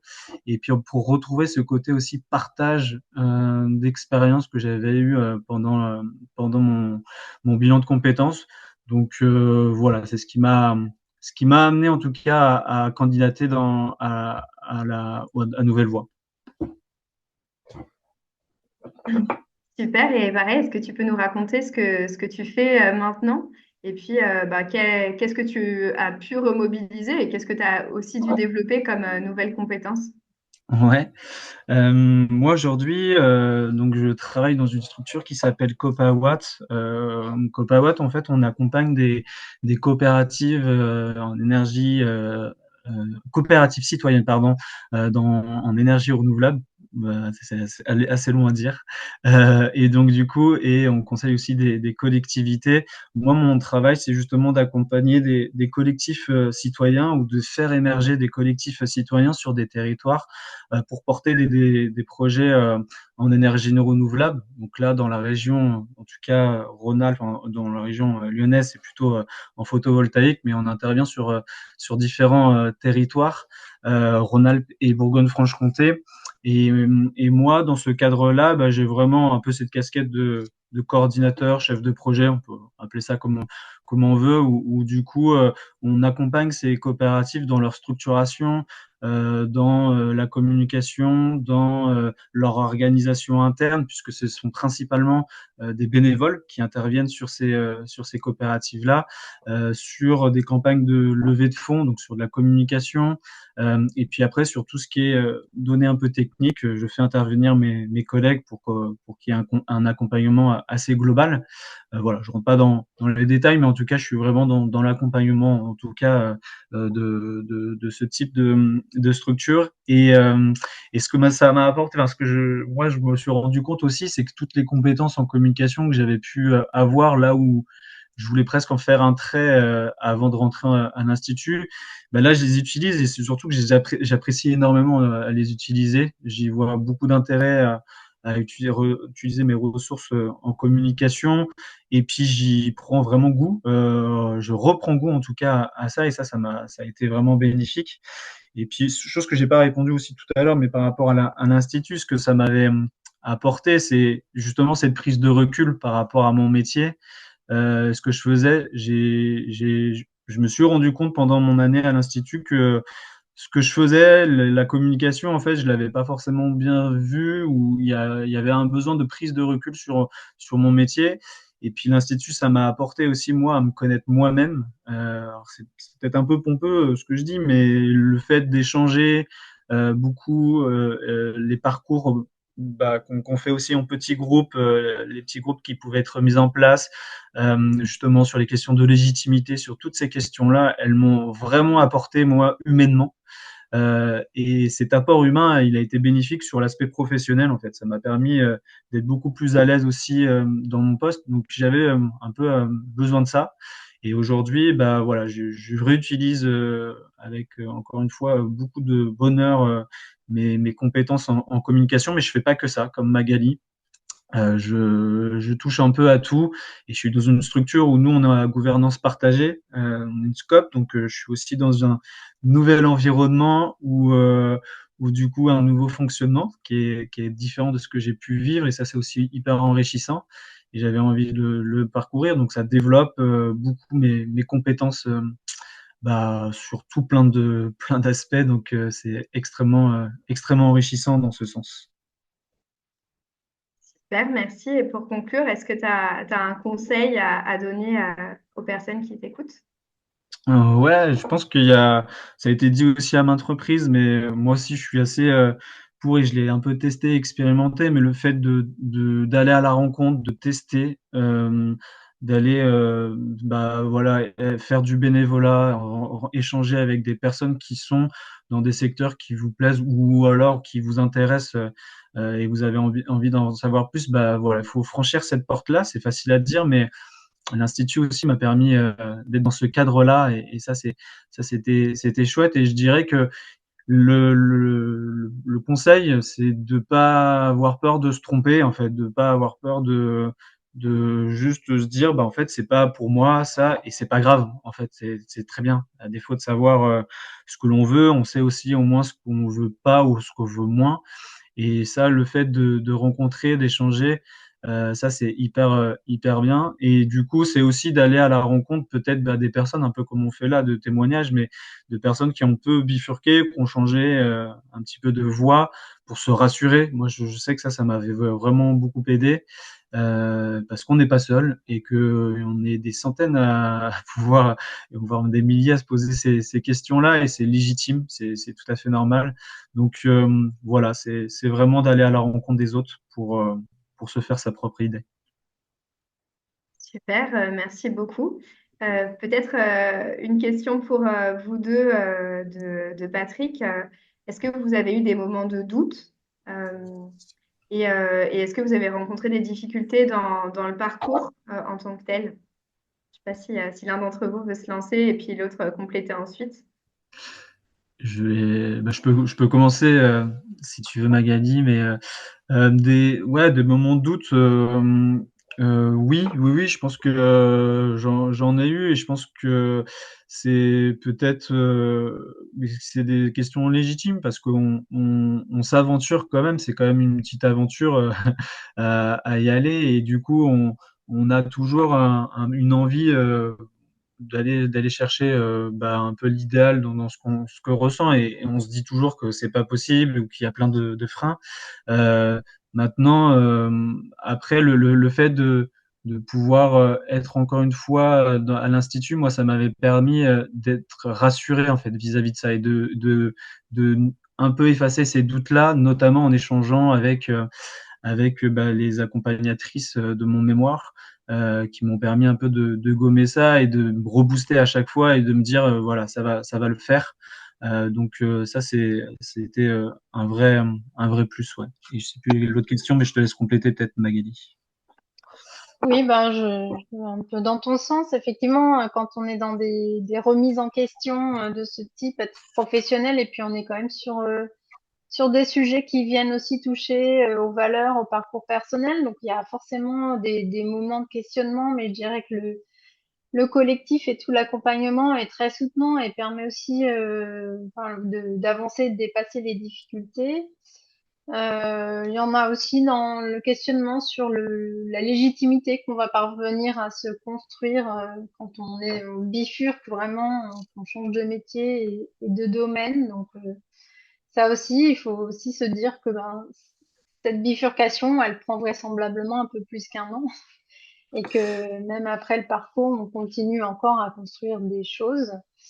Et après, sur les difficultés dans le parcours lui-même, moi, je dirais que quand on a l'envie, ça permet de dépasser un petit peu tout ce temps. Mais après, ce que j'ai bien aimé aussi à l'Institut, c'est qu'il y avait beaucoup de souplesse euh, pour voilà, que chacun puisse vraiment vivre pleinement l'année et qu'il y a, il y a, il y a beaucoup d'adaptation et de souplesse possible pour suivre dans les meilleures conditions possibles le parcours. Et je rajouterais aussi, pardon, Lisa, mais par rapport aux Vas-y, doutes, je sais que j'ai eu aussi, et je sais que ça a été des questions là sur le chat, mais sur l'aspect aussi financier. Moi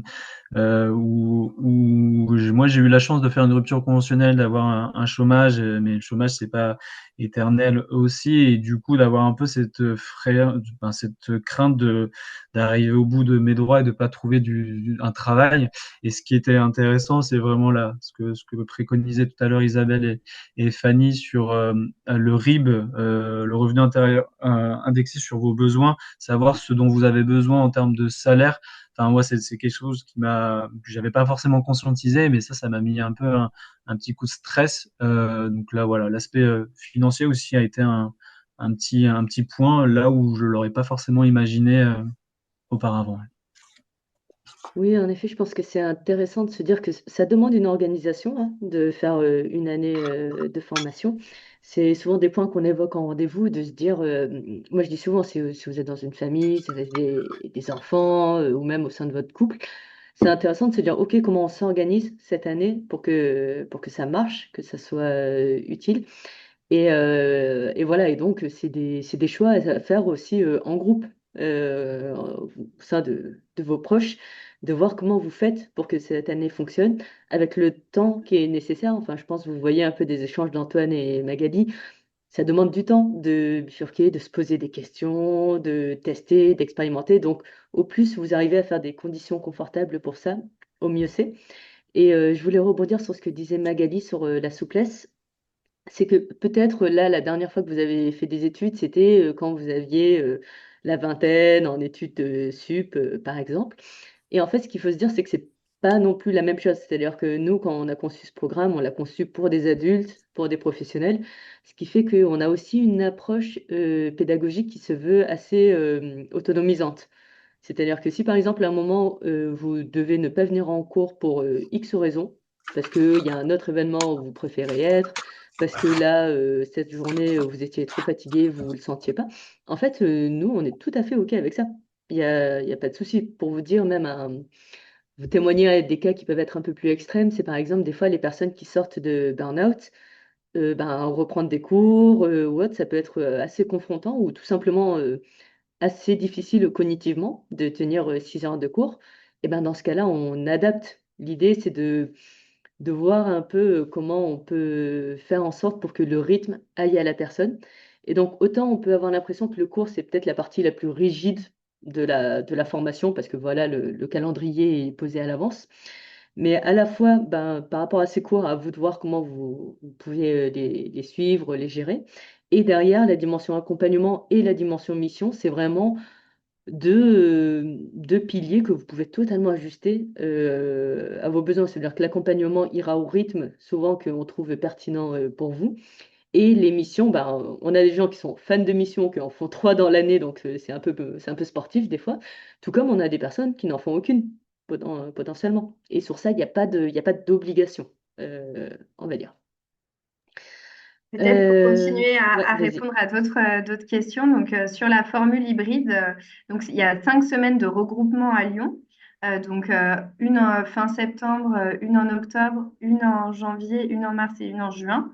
Où là, l'idée, c'est que vous puissiez vivre un certain nombre de cours, notamment ceux pour lesquels le présentiel est important, parce que méthode pédagogique plus interactive, parce que aussi partage, enfin, groupe plutôt d'accompagnement collectif. Et puis l'idée, c'est qu'autour de ces cours-là, vous puissiez aussi avoir un temps privilégié avec votre personne accompagnatrice et qu'il y ait des temps communautaires, quoi, voilà, qui viennent nourrir votre dynamique personnelle et la dynamique de groupe.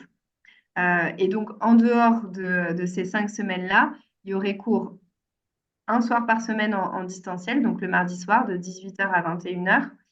Et après, l'idée, c'est que il puisse y avoir l'accompagnement mémoire en distanciel et des missions sur votre territoire à vous. L'idée, c'est vraiment de vous permettre de vous ancrer dans votre écosystème. Euh, donc, l'Institut sera là pour vous aider à trouver ces missions en mobilisant soit des partenaires qu'on a à échelle nationale, soit en vous outillant pour aller chercher les partenaires que vous connaissez et qui pourraient être intéressants pour vous. Et donc, pour la question de Caroline sur combien d'heures de travail hors cours, eh ben, en fait, ça va beaucoup dépendre. C'est-à-dire qu'il y a des personnes, en tout cas tant qu'elles ont cours, qui vont avoir du mal à se mobiliser à côté parce que elles travaillent, parce que pour certaines, il y a eu aussi un épuisement pro. Et donc, déjà, reprendre 2 jours de cours par semaine, c'est mobilisateur. Et donc, finalement, tant qu'il y a des cours, elles vont pas beaucoup sur les missions et le mémoire. Donc, elles n'ont pas énormément d'heures de travail à côté. Et puis, pour d'autres, en fait, il y a vraiment une volonté de se mettre à fond. Et donc, elles vont être à temps plein sur la formation. Donc, ça c'est vraiment fonction de ce que vous avez envie d'aller chercher dans la formation et aussi de vos possibilités. Enfin, est-ce que vous êtes vraiment 100% disponible? Est-ce que vous avez les conditions de santé qui sont cohérentes par rapport à ça? Et l'idée, c'est que l'accompagnement, ça vous aide aussi à faire le choix, euh, les choix voilà, qui sont les plus pertinents pour vous pour construire l'année qui serait cohérente avec vos objectifs. Mm. Pour vous dire aussi, des fois, on a la question de à quel point il y a des devoirs en tant que tels. Très peu de cours vont faire des devoirs, c'est-à-dire quelque chose où on va dire on a vu ça en cours, on se revoit demain, après-demain, j'en sais rien. Il n'y a pas cette notion tant de devoir à la maison. Par contre, souvent, ce qui arrive, c'est que vous allez avoir un cours et quand ça va toucher des sujets qui vous animent, bah, vous avez envie d'aller plus loin. Surtout que la plupart des intervenants ont un peu l'idée dans leur cours de vous faire un carrefour qui vous permet de vous dire si vous voulez aller plus loin sur tel sujet, il y a tel livre, il y a telle ressource, vous pouvez écouter telle personnalité sur ce sujet.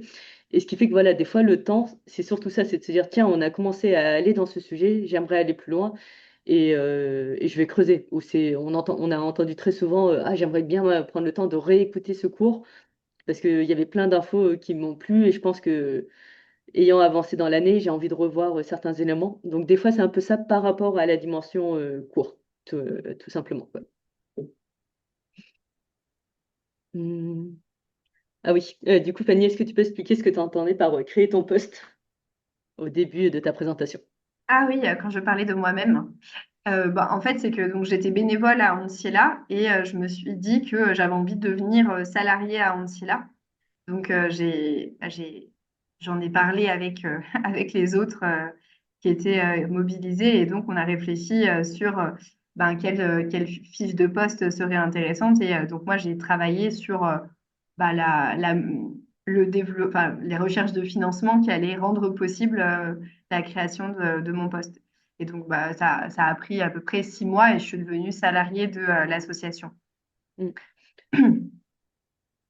Et donc, Alors, par rapport aux intervenants, la particularité des intervenants au sein de l'Institut, c'est de n'être que des personnes qui sont à la fois formatrices et à la fois engagées dans des associations, des entreprises ou des institutions sur des questions d'écologie et de solidarité, parce qu'on souhaite que bah, finalement tous les contenus qui sont apportés soient des contenus vivants et nourris par le terrain. Et par ailleurs, ça permet quand même aux personnes intervenantes de faciliter l'inscription dans les réseaux puisqu'elles sont déjà mobilisées elles-mêmes, quoi. mm, je regarde, je pense que vous pouvez trouver, je sais que c'est quelque part, nous avons un peu la liste des formateurs qui Oui, sont un peu sur dans le site, ça a l'écosystème. été actualisé, donc vous pouvez tout à fait Voilà, regarder qui intervient à l'Institut. tout à fait. Vous le trouvez quand vous allez sur la formation, sur la page qui décrit la formation Nouvelle Voie. Vous avez un petit encart qui sont nos formateurs, formatrices.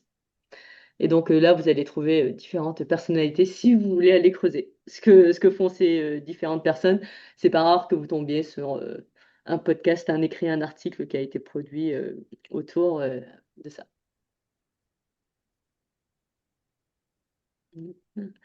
Alors, si jamais une question que vous avez posée plus haut, ou si vous voulez qu'on détaille un peu différents éléments, n'hésitez pas. Je pense que là, on a couvert, on a essayé de répondre un peu au fil de l'eau aux différentes questions. Mais si vous sentez que votre question n'est pas encore passée, en tout cas, nous, on n'en voit plus auxquelles on n'a pas répondu.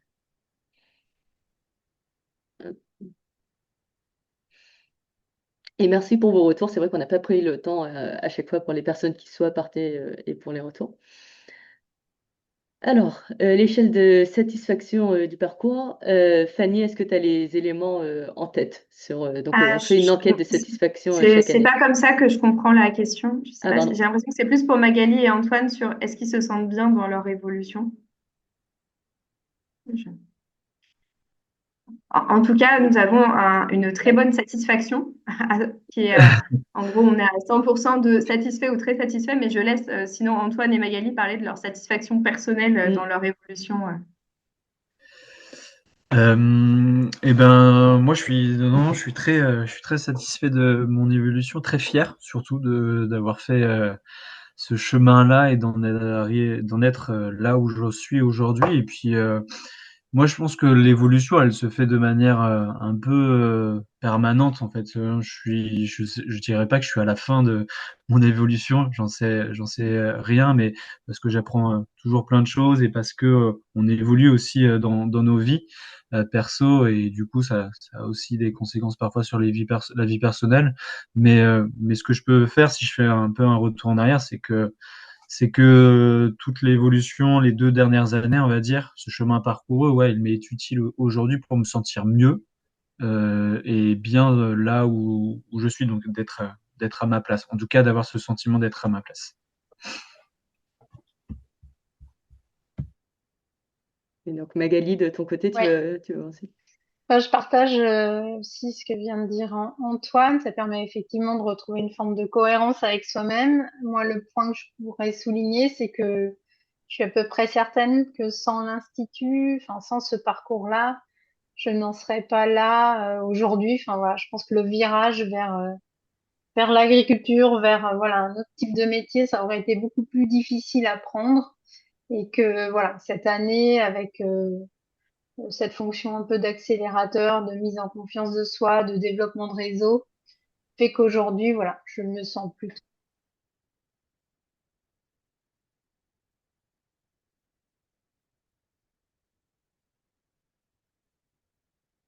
continuer et d'être dans un domaine qui plaît. Mm. Yes.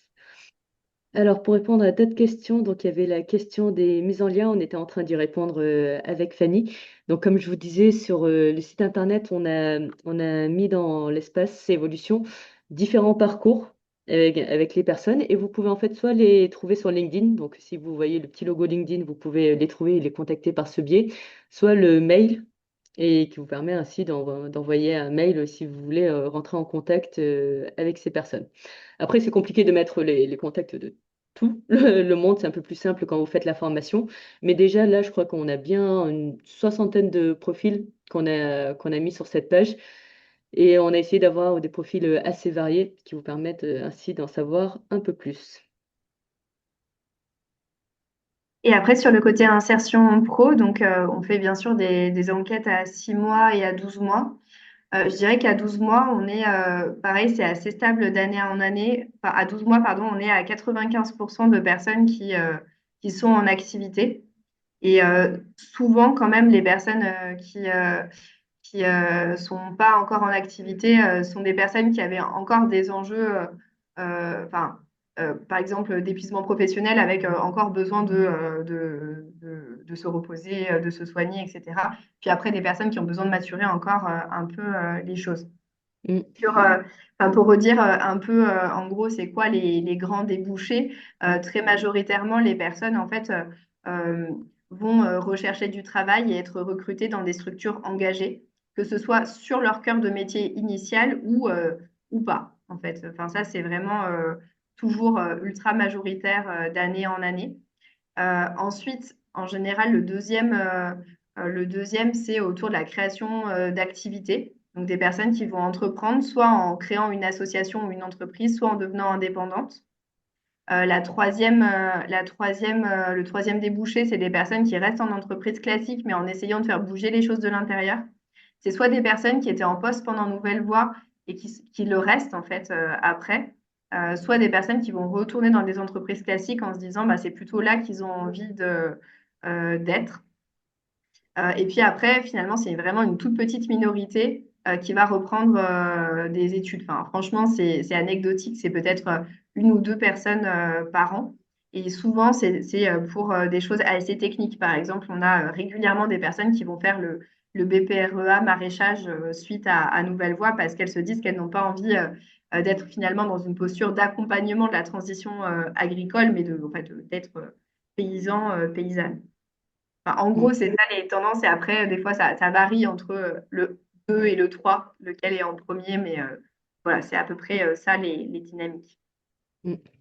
Alors, pour répondre à la question ensuite de Jacques par rapport à quel point c'est une formation adaptée à l'étranger, alors déjà, il y a un premier point, c'est que la formation est francophone. Ce qui est sûr, c'est que donc voilà, pour suivre la formation, il faut quand même être à l'aise avec ça. Ensuite, on va dire que c'est rien n'interdit le fait de venir de l'étranger.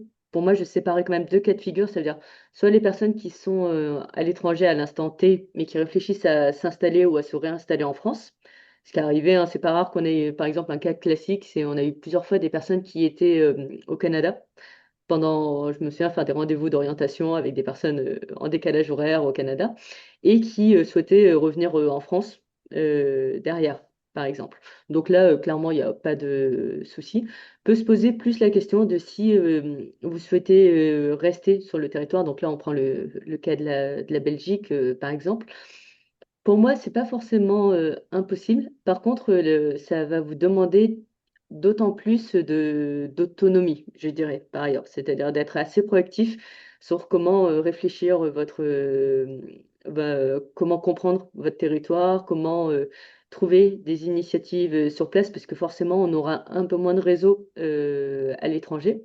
Et donc voilà, c'est-à-dire que si j'ai eu cette conversation même avec quelqu'un venant de Marseille, hein, par exemple, on se disait si la personne est assez proactive, attachée à son territoire, a envie de faire bouger les lignes, et ben finalement c'est de se dire je fais l'Institut pour voir ce qui se passe sur d'autres territoires, échanger un peu et voir comment ça peut s'appliquer derrière sur l'endroit où je vis. Et donc typiquement, la Belgique, c'est pas forcément quelque chose qui me choquerait en termes de différences culturelles. Il y a quand même pas mal de choses qui peuvent se transférer. Je ne sais pas ce que tu en penses, Fanny. Si, je dirais à la nuance près qu'il y a peut-être trois cours qui me semblent pas forcément tout à fait pertinents parce que, enfin, je pense le cours sur Institution publique. accompagner les territoires, puisqu'en fait, on a aussi une Mm, présentation des institutions publiques en France de leurs mm, compétences. Et donc, bah, ce ne sera pas le même fonctionnement institutionnel. Et après, il y a le cours sur la gestion des associations ou des entreprises. Mm, pardon, coopératives, où c'est pas exactement les mêmes fonctionnements non plus. Après, ça reste franchement assez marginal. mm, Et mm, dans ces trois cours, je dirais qu'au-delà de la dimension présentation de comment ça fonctionne en France, il y a aussi des apports plus sur, par exemple, les dynamiques collectives, etc., qui, pour le coup, peuvent s'appliquer dans d'autres cadres, quoi. Donc, il faut avoir cette ouverture et cette flexibilité quand même. mm, tout à fait. Et donc, de la même manière, comme on vous disait, nous, notre approche n'est pas de sélectionner les profils. Notre approche est plus de se dire, on essaye d'être transparent au maximum avec vous sur ben, à quoi ressemblerait le programme, qu'est-ce que vous y trouveriez, n'y trouveriez pas. Et derrière, ben, si vous envoyez un dossier venant de l'étranger, nous, on va pas le bloquer, en gros, d'une certaine manière. Mais on essaye en tout cas que vous ayez bien tous les éléments en tête pour pas être déçus derrière, tout simplement. Ok. Alors, est-ce qu'il reste des questions? Hmm, je pense qu'on a pas mal d'éléments. N'hésitez pas aussi, maintenant que vous avez vu un petit peu suivi ce webinaire, vous pouvez aussi tout simplement nous envoyer des questions par mail si vous voulez pas forcément faire un grand rendez-vous ou si ça vous intimide, hein, peut-être au début. Vous pouvez très bien aussi nous envoyer des questions par mail sur contact@instituttransition avec un s.org. Et voilà, on peut aussi répondre au cas par cas comme ça. Et ben du coup, si c'est tout bon, ben, je vais remercier quand même encore Antoine Magali parce que justement, vous avez trouvé notre temps au milieu de votre vie professionnelle maintenant que vous rebossez, hein. Donc, vous avez trouvé le temps pour venir faire ces témoignages.